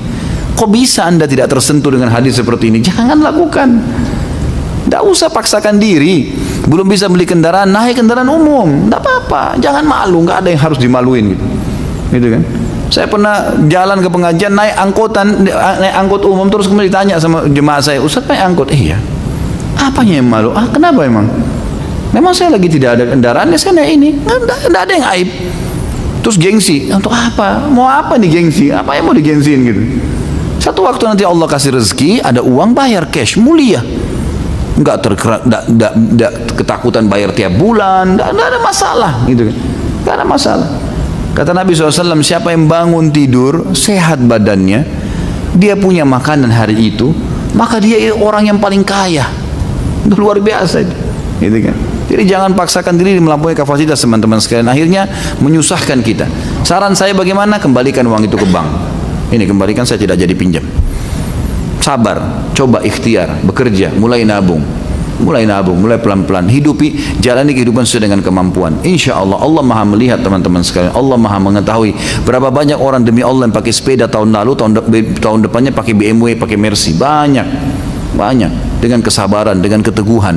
Allah kalau memberikan rezeki kepada orang, innallaha yarzuqu man yasha' bighairi hisab. Allah kalau beri rezeki tidak ada hisabnya, nggak pakai kalkulator, nggak ada hitung-hitungannya itu kalau Allah. Nggak masuk di akal. Kalau datang sumbangan, datang dari Allah itu bantuan luar biasa. Antum cuma dibutuhkan untuk bertakwa, itu saja. Coba deh komitmen dalam agama Allah, kerjakan yang Allah perintahkan wajib atau sunnah dengan khusyuk, dengan benar. Tinggalkan yang Allah haramkan demi Allah, antum diberikan rezeki sama Allah. Banyak contoh lapangan. Sabar. Jangan buru-buru, jangan lampaui kapasitas, nggak perlu. Apa hukumnya dan bagaimana menghapus dosa menggugurkan kandungan umur 1 bulan dan mengubur hasil pengguguran hasil berzina di depan teras rumah orang tua? Ini nggak ada hubungannya sama orang tua sebenarnya, tapi ditarik supaya ada hubungannya dengan bahasan. Apa hukumnya dan bagaimana menghapus dosa menggugurkan kandungan umur 1 bulan? Taubat nasuha, dosa besar, nggak boleh semestinya gitu kan? Dan mengubur hasil pengguguran hasil berzina di depan teras rumah orang tuanya. Ya kalau masalah kubur di depan teras itu nggak ada masalah, itu hukum syar'inya di tanah manapun boleh mengubur kecuali dalam masjid yang tidak boleh, gitu kan? Jadi nggak ada masalah soal itu. Tapi di sini masalah menggugurkannya dia harus bertaubat kepada Allah, tidak boleh menggugurkan tanpa ada udzur syar'i. Itu pun ulama memberikan batasan, kalau di bawah 4 bulan dia menggugurkan dan ada udzur syar'i, ada udzur syar'inya. Misal memang perempuan ini kalau hamil lagi dia bisa berbahaya bagi kesehatan, memang sudah terbukti secara medis, itu lain. Tapi kalau sudah 4 bulan walaupun berbahaya nggak boleh digugurin, sudah ada ruhnya nggak boleh, udah terima konsekuensinya. Banyak orang divonis mati ternyata tidak mati, dia melahirkan sehat, anaknya lahir sehat, tidak ada masalah, ajal belum datang. Orang beriman tahu masalah itu. Bagaimana jika ada suatu pemerintah muslim tapi pada akhirnya melegalkan minuman keras, dosanya, hukumannya dan lain-lain? Apa maksudnya ditanya? Tentu saja berdosa ya, yang menghalalkan itu berdosa. Karena Nabi SAW mengatakan Allah melaknat ya saksi minuman khamr itu, yang menandatanganin, yang menjual, yang membawa, yang meminum, yang punya modal, semua kena laknat, diangkat ya, apa namanya, dilaknat itu diangkat berkah hidupnya. Apa hukumnya memakai sorban baik di kepala maupun di pundak? Apakah itu sesuai dengan sunnah? Kalau di kepala ada sunnahnya. Nabi SAW menggunakan surban di kepalanya. Yang jelas Nabi SAW gemar menutup kepala, gitu kan? Baik kalau pakai kayak kita, sejenis kopiah atau sejenis kain yang dililitkan, surban, itu boleh saja ya dipakai, nggak ada masalah. Kalau diniatkan karena Nabi SAW memakainya, maka insya Allah dapat pahala. Apakah jumlah harta anak yatim boleh diambil, ditentukan jumlahnya, misal 1/8 seperti pengelola zakat? Nggak boleh, sesuai kebutuhan saja. Beda kalau zakat, beda. Amil zakat memang bisa, karena 8 golongan penerima zakat, maka dikatakan 1/8 maksimal, gitu kan? Boleh diambil oleh amil zakat, nggak boleh lebih daripada itu, karena memang ada 8 golongan, gitu kan? Tapi ini tidak berlaku pada anak yatim, karena anak yatim ini sesuai dengan hajat saja, tidak boleh diambil lebih. Makanya tadi dikatakan illa billatihi ahsan, kecuali dengan cara yang tepat ya. Jadi Allah alam, setahu saya tidak boleh. Bagaimana kalau kita tidak tahu efek seperti tadi minum obat lalu meninggal, apakah termasuk bunuh diri? Tentu tidak saja ya. Kalau kita tidak tahu, ini kan saya bahasakan tahu tadi ya. Saya sudah bilang dia tahu listrik ini berefek, obat ini kalau dia minum berbahaya, dia tahu, maka itu baru masuk. Ustaz, apakah hadis lemah termasuk sunnah, dan apakah hukum jika kita mengerjakan, apakah dapat pahala? Hadis yang lemah tentu dilihat dulu. Kalau lemahnya itu bukan karena satu hal yang fatal, dianggap fatal dalam ilmu hadis itu kalau dusta, pendusta, gitu kan, pembohong nih. Apalagi kalau orang yang ahli maksiat, suka bermaksiat, gitu kan. Ini terus kemudian dia meriwayatkan hadis, ini semua sudah jelas ditolak, ini lemah sekaligus ditolak, gitu kan. Tapi kalau lemahnya dengan alasan lain, dalam ilmu hadis ada namanya ikhtalata fi akhir umrihi, orang yang di akhir hidupnya mulai hafalannya bercampur baur. Misal ada orang ahli hadis nih, dia umur 15 tahun mulai hafal hadis, sampai umur 40 tahun hadisnya Masya Allah, sampai 50 tahun Masya Allah hadisnya. Begitu umur 51 tahun mulai dia lupa, ada lafaz-lafaz hadis yang mulai terbalik. Hadis-hadis dia yang dia riwayatkan sebelum 50 tahun itu semua dianggap sahih kalau memang dia sahih, gitu kan. Tapi setelah 50 tahun kalau ada yang dibalik-balik sama dia, maka mulai turun tuh hadisnya. Bisa bukan cuma hasan, malah menjadi hadis yang lemah, gitu kan. Karena dia sudah membolak-balikan hadis itu, bisa saja ada yang ditambahkan juga. Ini jadi masalah. Maka ini dianggap lemahnya bukan lemah yang seperti awal tadi, bukan karena pendusta, bukan karena apa-apa. Maka dilihat hadisnya akan dipakai kalau tidak bentrok dengan hadis-hadis yang sahih. Jadi hadis lemah juga ada yang dipakai. Ada yang dipakai selama dia hanya sekedar mendukung saja hadis-hadis yang benar, gitu kan. Misal hadis sahih, hadis hasan, lalu ada hadis yang lemah semakna dengan itu, maka itu biasanya dimuat oleh para ulama. Tapi kalau dia berdiri sendiri dan dia tidak ada hadis sahih yang menjelaskan seperti apa yang dijelaskan sama dia, atau dia malah bentrok dengan makna hadis sahih dan hasan, maka ditolak. Apa hukumnya datang ke panti asuhan dengan tujuan memberikan sumbangan atau sedekah kepada mereka, lalu memohon didoakan oleh para anak-anak di panti asuhan tersebut supaya hajatnya dikabulkan oleh Allah Subhanahu wa taala? Sebenarnya ini khilaf di antara ulama tentang masalah boleh atau tidak. Bolehkah kita pada saat memberikan sedekah kepada seseorang, kita meminta sekaligus untuk didoakan, gitu kan? Pendapat ulama yang pertama mengatakan tidak boleh. Tidak boleh meminta balasan doa dengan mereka, gitu kan? Karena ini memang lillahi ta'ala, udahlah. Kita boleh berdoa sendiri. Dan kita bisa mengatakan, ya Allah, saya jadikan sedekah ini sebagai perantara kepadamu sebagai amal saleh yang mudah-mudahan engkau terima doaku. Itu boleh. Tawassul dengan amal saleh. Tapi tidak boleh minta kepada mereka. Karena ini seperti minta imbalan. Kalau mereka bilang, kami tidak mau doain, kira-kira masih mau bantu nggak? Kan gitu. Akhirnya kan berhubungan antara sedekahnya dengan permintaan dia. Padahal dalam Islam disuruh sedekah tanpa minta imbalan. Ini pendapat yang paling kuat dan Allahu alam saya sarankan berpegang pada pendapat ini. Pendapat kedua mengatakan masih boleh kita bertawassul dengan amal saleh kita kalau darurat, bukan setiap saat, bukan setiap saat. Misal memang kita lagi sakit, kemudian ada orang yang miskin, tetangga kita tahu janda, susah, misalnya kita kasih, ini ada titipan makanan dari si fulan, misalnya diantarkan ke rumahnya dan minta tolong didoain supaya sembuh penyakitnya. Ini masih dibolehkan, tapi bukan sebuah rutinitas. Jadi jangan hubungkan antara sedekah kita dengan permintaan doa itu, gitu kan? Umumnya lebih baik kita jadikan doa kayak pendapat pertama tadi. Jadi kita setelah sedekah kita mengatakan, ya Allah, saya jadikan ini penyebab saya sembuh. Jadikanlah sebagai penyebab saya, itu boleh. Bolehkah seorang anak untuk mendahului orang tuanya dalam menunaikan ibadah haji, mengingat kedua orang tuanya tersebut sudah mulai uzur, sementara untuk berangkat haji bersama tidak cukup biaya? Bagaimana hukumnya Ustaz? Apakah setelah memberangkatkan kedua orang tuanya, seorang anak tidak punya kesempatan lagi untuk menunaikan ibadah haji di kemudian harinya? Kalau dalam ibadah wajib, harus anda dahulukan diri anda, ya. Dalam ibadah wajib harus dahulukan diri sendiri, walaupun itu orang tua kita. Kita belum haji, orang tua belum haji, haji sendiri dulu. Kita lebih membutuhkan itu. Orang tua kita kalau tidak punya kemampuan, tidak ada kewajiban bagi beliau. Tapi kalau kita punya kemampuan, wajib buat kita. Nggak boleh, kita dahulukan. Kalau kita sudah pernah haji, baru hajikan orang tua kita. Masalah nanti ada rezeki kita itu Allahu a'lam, Allah lebih tahu. gitu kan. Kita mungkin pergi haji sana bisa berdoa, mendoakan orang tua supaya bisa haji, insya Allah diberikan oleh Allah subhanahu wa ta'ala. Dan juga kalau yang belum tahu informasi kan atas Saudi yang ada di Menteng, saya tidak tahu alamatnya Jalan Banyumas nomor berapa itu ya, tapi kalau antum sampai di Masjid Sunda Kelapa, coba tanya mana atas agama Saudi, di sekitar situ pokoknya tempatnya. Di situ tuh ada program oleh kerajaan Saudi setiap tahun memberangkatkan kalau tidak salah 200-300 orang gratis haji. Tapi syaratnya belum pernah haji, apalagi kalau orang tidak mampu. Laporin orang tua antum di sana, silahkan bawa informasinya gitu kan. Tapi harus pakai nama lembaga ya. Jadi coba cari nama yayasan, masjid, lalu rekomendasikan, insya Allah bisa berangkat haji gratis, semua ditanggung dari tiket pergi sampai pulang. Tiap tahun itu ada, tiap tahun gitu kan. Apa bedanya haji dengan umroh? Apakah pahalanya sama? Tentu beda. Umroh adalah ibadah kecil, ibadah sunnah. Sama antum tanya, apa bedanya antara sholat duhur dengan qobliyah duhur? Qobliyah duhur sunnah, duhurnya wajib. Begitulah umroh dengan haji. Haji wajib, ya, lebih besar pahalanya tentunya. Apakah semua nabi juga berhaji? Allahu alam. Saya tidak tahu kalau itu.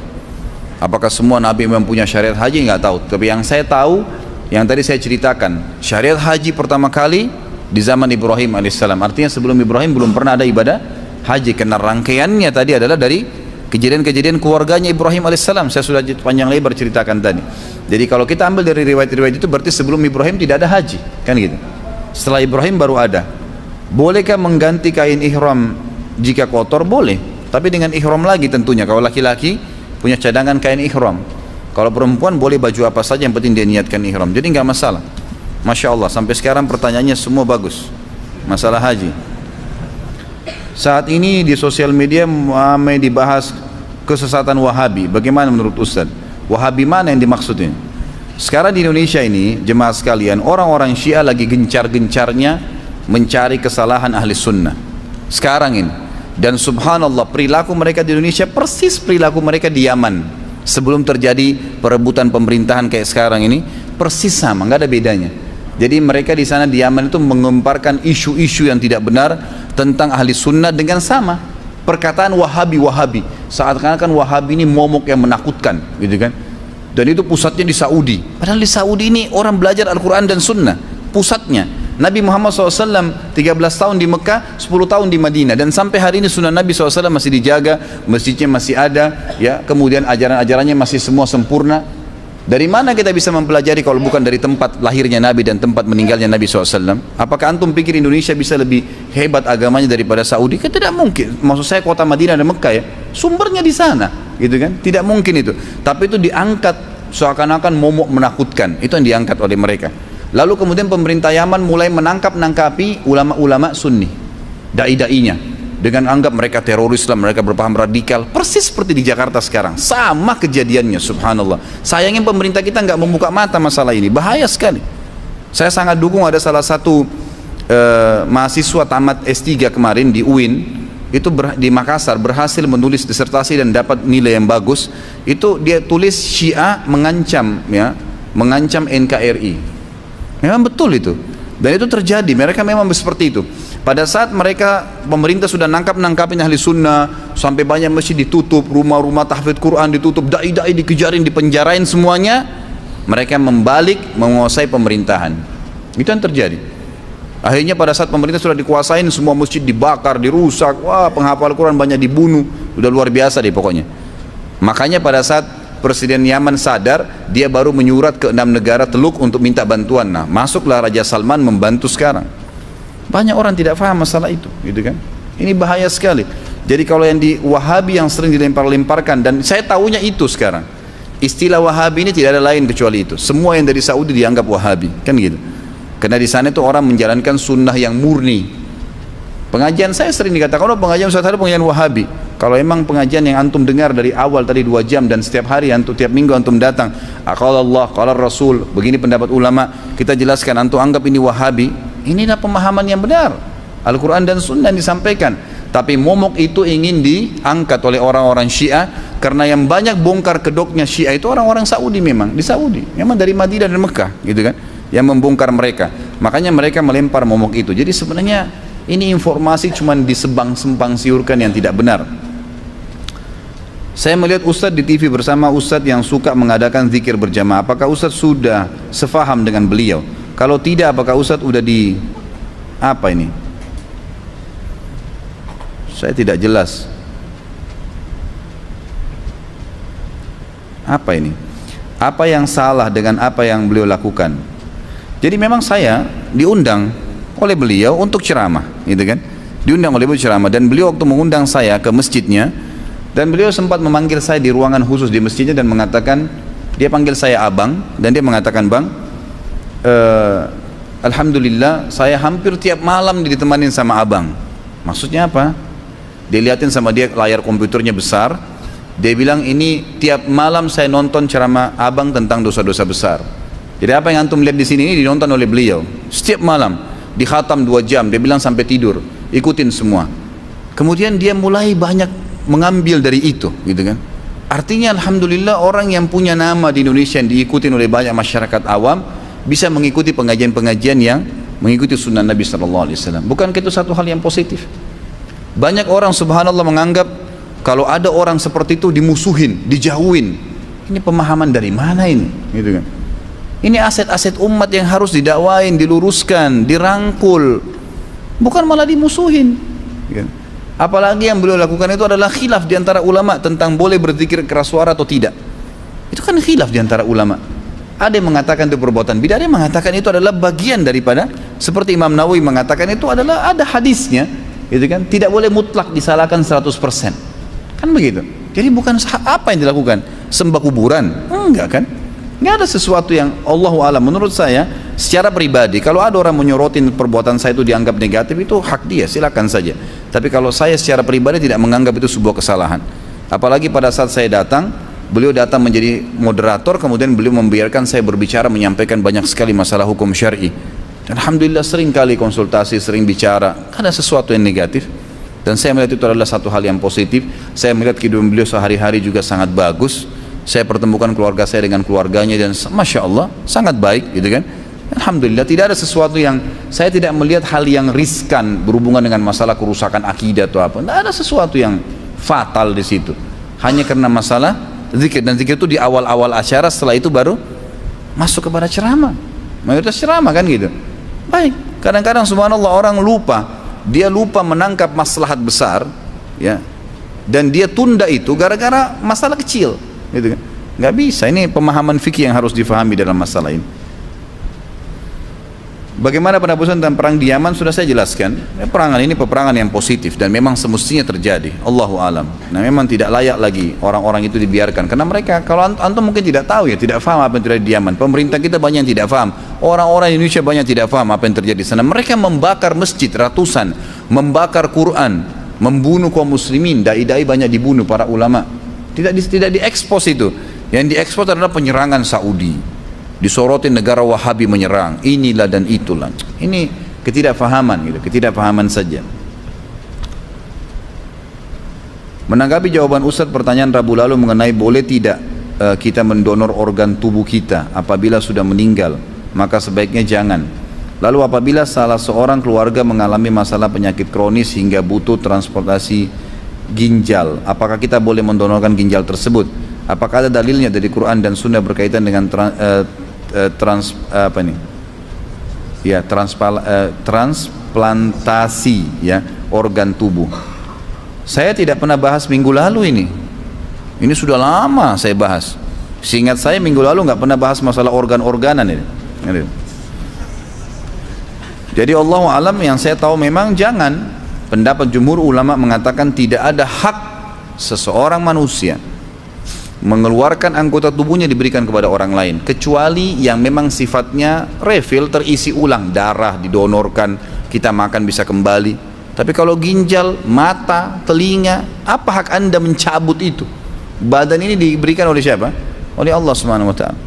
Masalah keluarga kita membutuhkannya, kalau tidak bisa memang mau diapain? Memang tidak bisa, serahkan saja kepada Allah Subhanahu Wa Taala, gitu kan? Bukan berarti kita tidak ikhtiar, ya. Bukan berarti tidak ikhtiar, tapi memang tidak bisa. Yang saya tahu itu, kalau anda memang punya pendapat dari ustadz lain yang memang anda bisa pegangin, yang memang membolehkan, silahkan saja. Saya tidak melarang masalah itu. Boleh nggak apabila sholat membaca surah pendek berulang? Misal rakaat pertama dan kedua kita membaca surah An-Nas misalnya. Sebaiknya jangan diulangi surahnya, karena Nabi SAW tidak pernah mengulangi surah dalam dua rakaat yang bacaan yang sama. Misal rakaat pertama, rakaat kedua, An-Nas dua-duanya itu tidak pernah disebutkan dalam riwayat. Tapi boleh dalam satu rakaat membaca beberapa surah. Itu Nabi SAW lakukan. Pernah beliau sholat malam dengan Abdullah bin Umar, beliau membaca 5 surah sekaligus, gitu kan? Al-Baqarah sampai An-Nisa. Bacaan tahiyat yang benar seperti apa? Apakah boleh ada bacaan salawatnya? Karena ada yang bilang tidak boleh ada tambahan salawat. Ada salawat. Siapa yang bilang tidak ada? Ada kan? At-tahiyatu lillah wassalawat sampai selesai, kemudian kita membaca Assalamualaikum ayuhan nabi wa rahmatullahi wa barakatuh, dan seterusnya kita membaca salawat. Ada salawatnya, itu riwayat sahih. Bisa kembali kepada buku panduan sifat salat Nabi yang sering saya bawakan itu, terbitan Pustaka Ibnu Umar. Katanya disarankan berbanyak doa saat sujud terakhir. Apakah benar? Bacaan seperti apa? Ataukah boleh mengucapkan doa secara umum saja yang kita minta? Boleh saja, dan bukan di sujud terakhir, di semua sujud. Karena sabda Nabi SAW, kalau kalian ruku agungkan Allah, kalau kalian sujud perbanyaklah doa, karena sangat jarang doa ditolak pada saat sujud. Saya akhwat yang bisa dikatakan sudah cukup umur untuk menikah, 30 tahun. Tadi saya sudah bilang jangan tanya menikah. Dan saya juga ingin segera menikah. Siapa ini? Siapa yang siap nih? Namun hingga saat ini belum ada jodoh yang didekatkan oleh Allah. Alhamdulillah bulan lalu saya sudah memutuskan untuk berhijab sebagai bentuk kepatuhan saya kepada Allah. Yang menjadi pertanyaan saya, bagaimana caranya saya untuk bersabar menghadapi hal yang ya Pak Ustaz, apa ini? Karena saya kadang sering banyak berpikir apa yang salah dengan saya, ditambah lagi banyak tekanan dari orang tua, terutama ibu saya. Saya sangat ingin membahagiakan beliau, tapi kadang saya bingung bagaimana menyikapi sikap ibu saya yang selalu menekan saya sampai-sampai pernah jatuh sakit karena memikirkan saya. Kadang saya jadi berpikir untuk kabur dari rumah karena saya tidak mau jadi beban orang tua, karena saya belum menikah hingga saat ini. Saya tidak ngerti nih, ibunya larang nikah maksudnya. Kalau ibunya larang nikah, tidak ada haknya beliau melarang nikah. Nikah kan sunnah Nabi SAW, perintah agama, nggak boleh orang tua melarang. Dan anda kalau sudah kedatangan laki-laki yang sudah jelas dalam agama dikatakan yang kalian ridhoi akhlak dan agamanya, itu kan jelas. Nah itu maka dinikah, maka terimalah nikahnya, gitu kan? Disuruh terima nikahnya, maka nikah saja. Subhanallah, semua orang biasanya diberikan sinyal, ya diberikan sinyal. Kalau memang ada sinyal datang, anda terima dan istikharah. Kalau juga belum datang, tidak ada masalah. Itu bukan satu beban, tidak usah jadi beban gitu. Karena memang itu adalah sebuah kejadian di muka bumi ini. Tapi setahu saya, Allahu alam, ulama mengatakan ya, tidak ada orang yang tidak ada jodohnya. Saya yakin pasti dalam kehidupan anda pernah terlintas ada orang yang berusaha untuk menikahi anda, tapi mungkin ada hal-hal yang jadikan sebagai bahan pertimbangan. Cobalah lebih peka dan berdoa kepada Allah Subhanahu wa taala. Kalau masalah orang tua anda atau ibu anda menahan anda untuk tidak menikah, itu tidak ada hak beliau di situ, tidak boleh. Dan kalau anda tetap menikah berarti bukan berarti durhaka, ya, bukan berarti durhaka. Bagaimana cara menjaga sholat untuk khusyuk? Bolehkah diulang-ulang jika merasa tidak khusyuk? Nggak boleh. Khusyuk ikuti rukun dan syaratnya, gitu kan? Ikuti wudunya benar, gerakannya dengan tumak nina, bacaannya dengan tenang, itu khusyuk. Konsentrasi maksudnya khusyuk itu. Ya bagaimana sih kita konsentrasi? Bagaimana antum pada saat lagi lapar atau lagi makan ayam sama sambal, bagaimana caranya untuk konsentrasi? Jangan bayangkan makanan lain. Kalau bayangkan kambing, sapi semua tidak enak nanti ayamnya, gitu kan? Konsentrasi makan di situ, fokus. Kalau orang lagi menikah berhubungan biologi sama istrinya, jangan bayangkan wanita lain. Tidak mungkin dia fokus, ya memang begitu, konsentrasi. Dan itu bagian daripada zina yang dilarang, gitu kan? Contohnya, seperti itulah kalau sholat, jangan bayangkan yang lain. Tepis semua godaan syaitan, karena setiap kita sholat, setiap kita ibadah pasti terlintas godaan syaitan. Kita boleh tolak. Kita punya hak untuk tolak. Tentu kiat-kiatnya banyak yang mengikuti syarat dan rukun. Kemudian juga sadar kalau ada syaitan yang akan menggoda, dan jangan terima opsi-opsi syaitan kan terus menyerang ya. Ingatin kunci yang hilang, kita tolak. Diingatin janjian, ditolak. Kita diingatin pertengkaran, kita tinggal tolak aja. Selama kita tidak iyakan, berarti kita tetap dapat pahala maksimal. Karena tidak mungkin kita mengatakan tidak ada godaan syaitan, nggak mungkin. Dalam semua ibadah pasti akan ada godaan syaitan. Apakah jika terlintas pikiran kotor sholatnya tetap sah? Tetap aja, tapi kenapa harus ada pikiran kotor? Apakah sholat subuh yang dicontohkan Rasulullah SAW dengan kunut? Kalau yang hadis sahih tidak. Kalau yang hadis sahih tidak. Dan beliau pernah kunut subuh itu pada saat kunut nazilah, ya, di mana ada penyerangan atau pembunuhan 70 sahabat oleh beberapa suku Arab yang berkhianat, yang berkhianat. Masalah riwayat yang mengatakan Nabi SAW tidak pernah meninggalkan kunut ini pada waktu subuh sampai beliau meninggal, ini dilemahkan oleh para ulama karena ada beberapa rawinya yang memang dinilai lemah oleh para ulama. Tapi ini bukan satu hal yang harus diperselisihkan ya.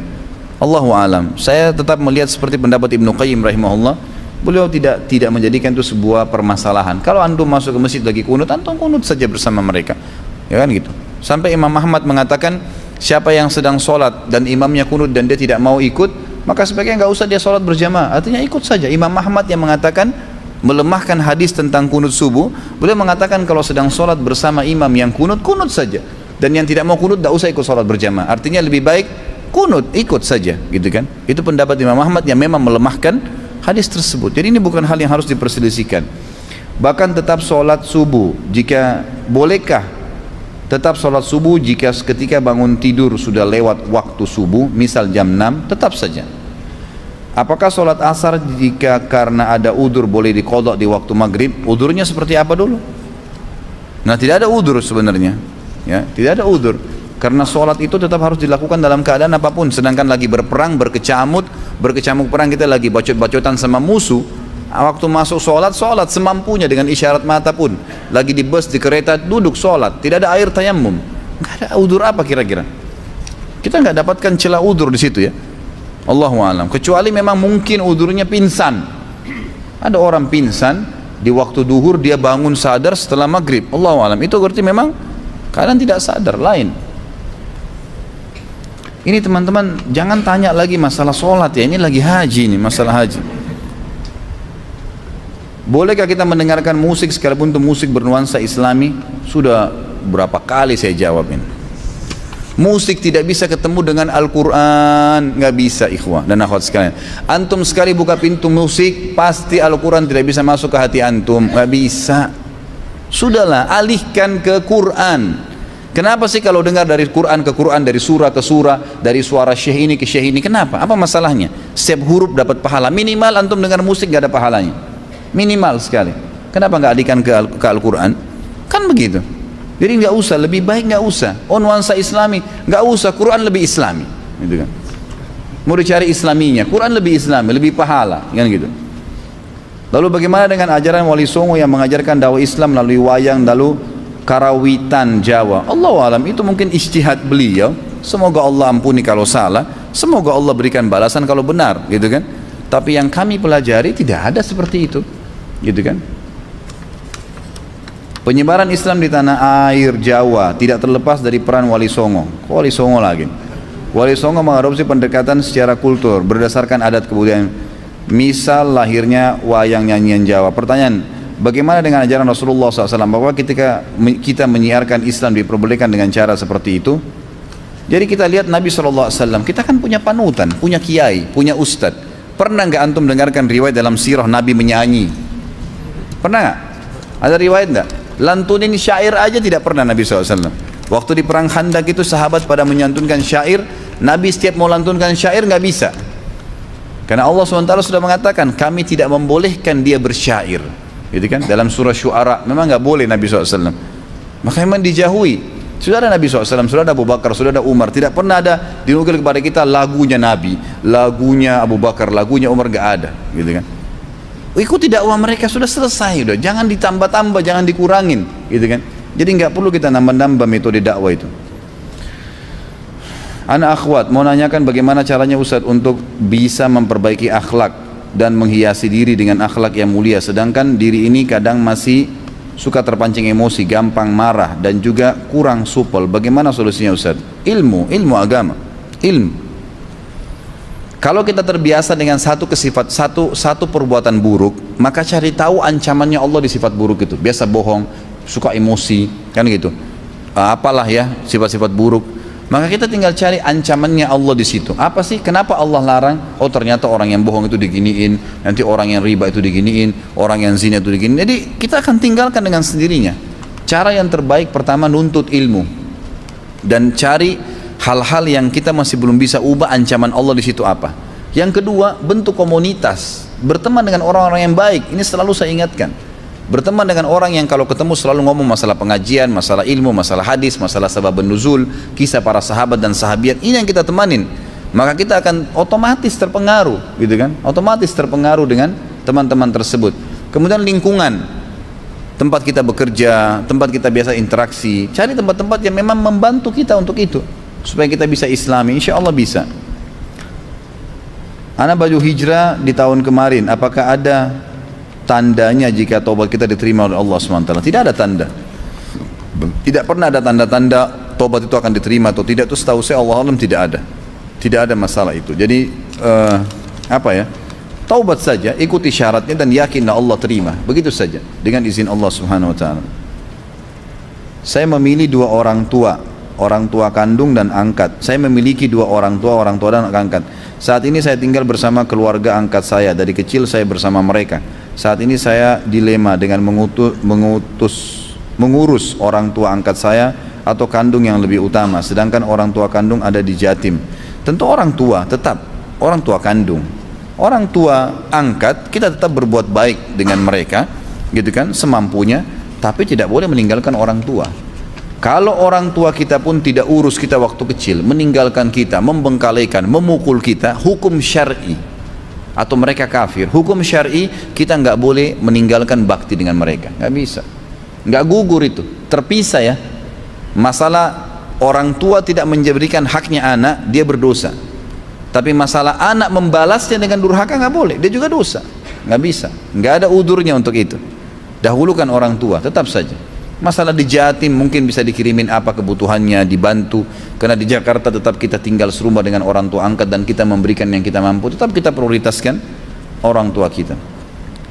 Bagaimana cara membayar dam umroh yang sekian tahun yang lalu ketika sudah ambil mikot pakai minyak kayu putih, lupa untuk bayar dam ketika itu dan mutawifnya bilang tidak perlu bayar dam. Jazakallah khair.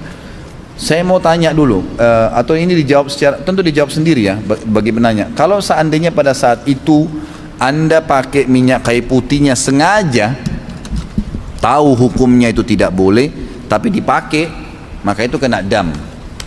Dan caranya sederhana, kalau ada keluarga yang lagi umroh, ada yang lagi haji, titipin aja uang. Atau Anda datangin travel mana saja di Jakarta, sampaikan, mungkin terutama insya Allah travel-travel yang sudah mengikuti sunnah, datangin, saya pernah harus bayar dam di musim haji, tolong saya titipin ini. Berapa sih dam? 400 real, ini 400 real saya bayar, gitu kan? Itu bisa, kapan saja Anda datangin bisa. Tapi kalau Anda lakukan tidak sengaja, setelah pakai baru sadar, itu tidak ada dam memang, nggak ada dam di situ, tidak sengaja, gitu kan? Apakah boleh berdoa sambil menangis dan menempelkan wajah, dada dan tangan ketika berdoa di multazam? Ini tidak ada sunnahnya. Tidak ada pernah ada riwayat menjelaskan di multazam boleh orang melakukan bergelantungan, menciumnya atau menempelkan pipi, ini tidak pernah. Tapi memang banyak orang yang melakukan ya. Banyak orang melakukan di pintu Ka'bah. Setahu saya tidak pernah ada riwayat yang menjelaskan masalah itu. Apa itu dam di dalam haji? Dam itu kurban, disembelihnya kambing karena pelanggaran yang terjadi.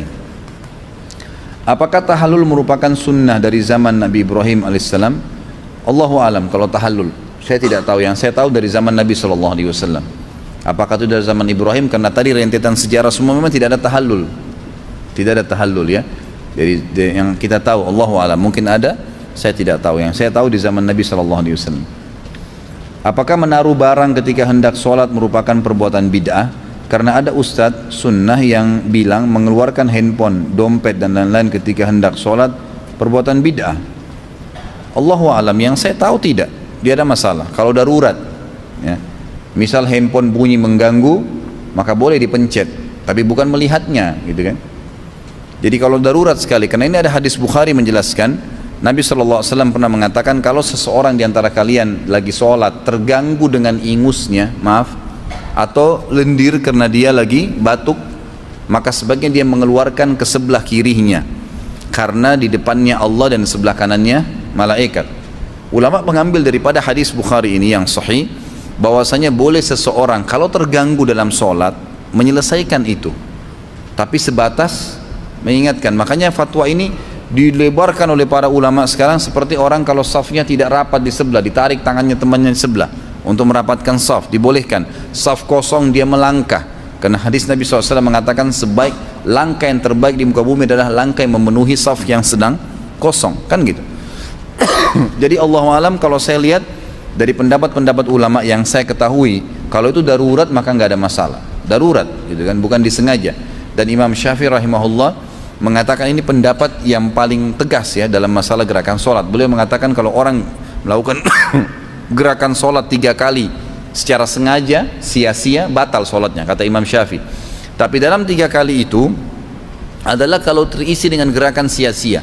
Selama bukan gerakan sia-sia darurat, dia flu berat, netes terus ingusnya, maka dia darurat. Kalau dia tidak ngusap dengan sapu tangan atau tisu, maka akan terus mengganggu sholat dia dan bisa mengotori sejadah, maka boleh dia mengusapnya. Ini bukan gerakan sia-sia. Karena Imam Syafi'i pun yang paling tegas dalam pembatalan sholat dengan gerakan mengatakan kalau 3 kali sia-sia. Tapi kalau 3 kali itu tidak sia-sia, maka tidak ada masalah bagi beliau. Jumhur ulama lebih terbuka lagi, jadi kan lebih terbuka lagi. Apakah bacaan ketika hendak iqamah? Adakah bacaan ketika hendak iqamah? Sebagaimana ketika azan, ada azan. Yang saya tahu adalah mengikuti seperti ucapan muadzin pada saat iqamah, karena Nabi SAW mengikutinya. Dan pada saat terlintas qad qamatis shalah, itu beliau membaca aqamahallah wa adamah, gitu kan. Itu ada riwayat, diriwayatkan oleh Imam Ahmad yang saya ketahui, Allahu alam. Setelahnya nggak ada doa khusus, karena doa itu cuma ada doa setelah azan. Ketika orang makan atau minum pakaian, makan, minum atau pakaian haram, maka doa orang tersebut tertolak. Namun apabila dia dizalimi, apakah doanya akan dikabulkan? Karena doa orang yang terzalimi makbul, tetap diterima, walaupun makanan minumannya haram. Tapi kalau dia terzalimi, doanya diterima karena ada indikasi yang membuka dia untuk bisa diterima doanya, masalah dia terzalimi. Apakah boleh membedakan harga barang yang saya jual kepada pelanggan utama? Ini apa hubungannya sama haji nih? Apakah boleh membedakan harga barang yang saya jual kepada pelanggan utama yang notabene belanjanya kontinu dan dalam jumlah pengambilan yang banyak, dengan pelanggan yang hanya belanja sekali dalam setahun dengan pengambilan barangnya sedikit? Boleh saja, nggak ada masalah. Tapi yang kita lakukan adalah memberikan diskon, gitu kan? Itu boleh. Harga tetap jual Rp10.000. Tapi karena ini pelanggan tetap saya modalnya Rp7.000, saya turunkan Rp1.000 untuk dia, karena dia rutin belanja atau dia belanja banyak, diskonnya dikasih, nggak ada masalah. Tapi yang tidak boleh dalam Islam, kalau meletakkan dalam satu produk 2 harga karena konsumennya berbeda. Datang pembeli pertama orang kaya, kita jual 100.000. Pembeli pertama orang miskin, datang kita jual 100.000. Datang pembeli kedua, dia dari pakainya orang kaya, 1 juta kita jual. Nggak boleh, karena kita melihat penampilannya saja orang, itu nggak boleh. Berarti sengaja meletakkan 2 harga di satu produk dengan melihat kondisi saja. Tapi kalau kita memberikan diskon karena orang itu beli banyak, memang niatnya itu beda dia dari niatnya, maka nggak ada masalah. Kami sholat berjamaah 3 orang, satu imam 2 makmum. Apabila satu makmum batal, saya jadi depan belakang. Apa maksudnya? Saya jadi depan belakang ini. Saya jadi depan belakang. Apa yang harus dilakukan? Apakah makmum harus maju? Ya tentu saja. Kalau misalnya batal, makmum di sebelah kita maju, melangkah, mendekati imam. Sebagaimana sunnah Nabi SAW, imam dan makmum kalau berdua rapat satu sama yang lain. Bolehkah dalam sehari semalam membaca istighfar lebih dari 100 kali? Khilaf di antara ulama, afdalnya minimal, pendapat mengatakan afdalnya 100 kali, tapi kalau mau baca lebih nggak ada masalah. Karena memang tidak dikatakan itu salah, tapi afdalnya 100 kali, karena Nabi SAW baca 100 kali, gitu kan. Karena dalam kisah yang Imam Ahmad rahimahullah yang menemui orang yang terus beristighfar tanpa batas dalam sehari, sehingga semuanya diijabah doanya, itu karena fadilah istighfar yang dibaca lebih dari 100 kali. Apakah benar apabila kita akan memasuki rumah membaca Qul huwallahu ahad ayat 1 sampai ayat 5 Al-Ikhlas dapat menolak kemiskinan penghuninya? Allahu alam. Saya nggak pernah temukan nih. Apakah Qul huwallahu ahad dibaca pada saat mau bangun masuk rumah itu bisa menghilangkan kemiskinan? Saya tidak tahu. Mohon penjelasan tata cara sholat tahajud beserta zikir dan doanya. Masya Allah, satu buku ini. Kembali ke buku, ada buku penjelasan tentang sholat tahajud, dan ada buku kecil kan, pustaka Ibnu Umar itu, tahajud dan tata caranya, bacaannya dan segala itu panjang lebar. Saya jelasin sampai subuh nanti. Ada dua hal yang mengganjal. Apa hukumnya berangkat haji dengan visa bisnis, haji non kota? Tidak ada masalah, boleh-boleh saja ya, karena visa itu kan memang dikeluarkan oleh kerajaan Saudi, dibolehkan. Saat ini banyak travel membolehkan wanita tanpa mahram berangkat umroh haji dengan dalih pemerintah mahramnya. Apa hukumnya? Tentu sudah pernah panjang lebar saya jelaskan ini, dan mohon maaf saya tidak jawab lagi ini karena sudah sering saya ulangin perselisihan ulama. Bisa kembali ke YouTube, lihat aja nanti di sana. Ustaz, ada yang ingin saya tanyakan, bagaimana hukumnya berhaji dengan uang hasil berhutang? Ini ulama lebih cenderung mengatakan boleh, tapi dengan syarat dia yakin dia bisa bayar. Artinya gini, kita ada income, ada pendapatan, ada bisnis, ada gaji gitu kan. Ada seseorang bilang kamu pergi haji aja, nanti kamu bayar, tiap bulan kita bisa cicil, nggak ada masalah, karena kita tahu kita bisa bayar. Yang tidak boleh berhutang dan tidak jelas, kita tidak tahu kapan bisa bayar, tidak ada aset, nggak ada sesuatu, ini tidak boleh. Karena ini berarti masuk memaksakan diri, dan dia bukan orang yang mampu pada saat itu, gitu kan. Tapi dia masuk mampu kalau dia memang sudah ingin berhutang, kemudian dia yakin dia bisa membayarnya. Apakah ibadah haji seseorang sah apabila tidak semua rukun haji dikerjakan karena orang tersebut meninggal? Semisal saat mengerjakan tawaf meninggal. Tentu kalau dia sudah hadir di Arafah, sah hajinya. Sudah Arafah ya. Kemudian nanti dia tawaf ifadah meninggal, atau lagi sa'i meninggal, atau lagi mabit di Mina meninggal, itu sudah sah saja, gitu kan. Tapi kalau dia meninggal sebelum haji, maka insya Allah kita berharap Allah berikan pahala haji ya. Tapi apakah dia sudah berhaji ya? Belum pada saat itu, karena belum hadir di Arafah. Berapa waktu yang lalu saya bertemu dengan orang yang meyakini bahwa Allah tidak berada di atas arsy. Menurut pemahamannya Allah tidak sama dengan makhluknya, karena makhluk itu memiliki dimensi tempat. Sedangkan dengan meyakini Allah berada di atas arsy, artinya meyakini Allah memiliki dimensi tempat, atau dengan kata lain menyamakan Allah dengan makhluknya. Adapun ayat Al-Quran tentang keberadaan Allah di atas arsy bukan seperti itu memahaminya, dan ayat tersebut harus ditakwil. Pertanyaannya, bagaimana pemahaman ini bisa berkembang? Apakah para ulama salaf pernah menghadapi kaum yang berpikiran seperti ini? Ini sebenarnya karena keluar dari rel hadis Nabi SAW. Nabi SAW sendiri tidak pernah berbicara tentang bagaimana bersemayamnya Allah di atas arsy. Para sahabat juga mendiami masalah itu, dan sudah dinukil kepada kita dari Imam Bukhari, dari Imam Muslim, dari banyak ulama-ulama hadis. Mereka mengatakan kita mengimani Allah berada di atas arsy sebagaimana Allah menceritakan. Allah menyebutkan tsumma stawa 'alal arsy, Allah bersemayam di atas singgasananya. Kenapa harus kita takwilkan? Untuk apa manfaatnya mentakwilkan itu? Takwil artinya mengalihkan maknanya. Untuk apa kita takwilkan? Sementara memang begitu datangnya dalam Al-Quran. Akhirnya nanti kan jadi rumit sendiri, gitu. Jadi susah sendiri. Maka saran saya nggak usah ditakwilkan. Untuk apa ditakwilkan? Kita imani sebagaimana datang seperti itu. Allah bersemayam, ya Allah bersemayam di atas arsy-Nya. Ada lagi yang kembangkan pengatakan kan, kalau Allah itu adalah awal, Allah itu awal, berarti kalau kita mengatakan Allah itu awal, berarti Allah itu ada sebelum singgasananya, ya gitu kan. Bagaimana memahaminya? Loh, kita jangan terlalu jauh mengorek-ngorek dalil yang kita tidak punya ilmu di situ. Masalah Allah memang awalnya menciptakan qalam, kemudian apakah waktu itu sudah diciptakan arsy atau tidak, kan tidak ada penjelasan. Tapi yang jelas hadis cuma mengatakan awal yang Allah ciptakan qalam, lalu Allah suruh tulis, gitu kan. Baik, apakah Allah waktu itu membutuhkan arsy atau tidak? Untuk apa dibahas? Allah SWT zat yang tunggal, yang mampu apapun, gitu kan. Tidak perlu dibahas masalah itu. Kita tahunya Allah menciptakan kalam di awal, iya, kita imani itu. Allah setelah itu menciptakan langit dan bumi, kemudian bersemayam di atas arsy-Nya. Sudah, kita imani seperti itu. Jangan ditakwilkan, jangan dialihkan ke makna lain, karena nanti kita ya akan mengalihkan kemana-mana, karena kita tidak punya ilmu di situ. Cukuplah, gitu kan, sebatas yang kita tahu saja. Tolong jelaskan merek apa ini? Celak Mekah yang bisa mengobati mata. Sebab kemarin saya lupa mencatat. Tolong sebutkan namanya, Ustaz. Bukan celak Mekah. Celak yang disunahkan oleh Nabi SAW, gitu kan. Kalau celak yang disunahkan Nabi SAW itu namanya ithmit. Alif, tha, mim, dal. Kata Nabi SAW, pakailah ithmit karena dia akan menguatkan pandangan mata kalian dan menumbuhkan bulu mata. Ithmit ada dua macam, ada yang merah, ada yang hitam, ada yang panas dan ada yang dingin. Biasanya itu dipakai di zaman Nabi SAW.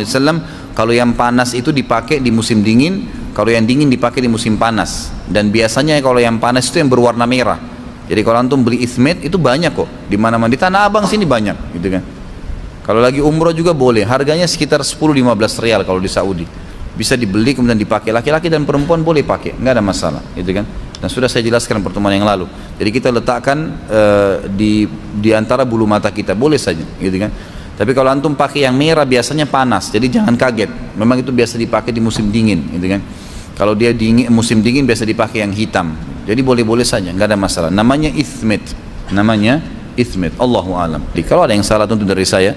Kalau ada yang benar dari Allah Subhanahu wa taala, subhanakallahumma bihamdika asyhadu an la ilaha illa anta astaghfiruka wa atubu ilaik.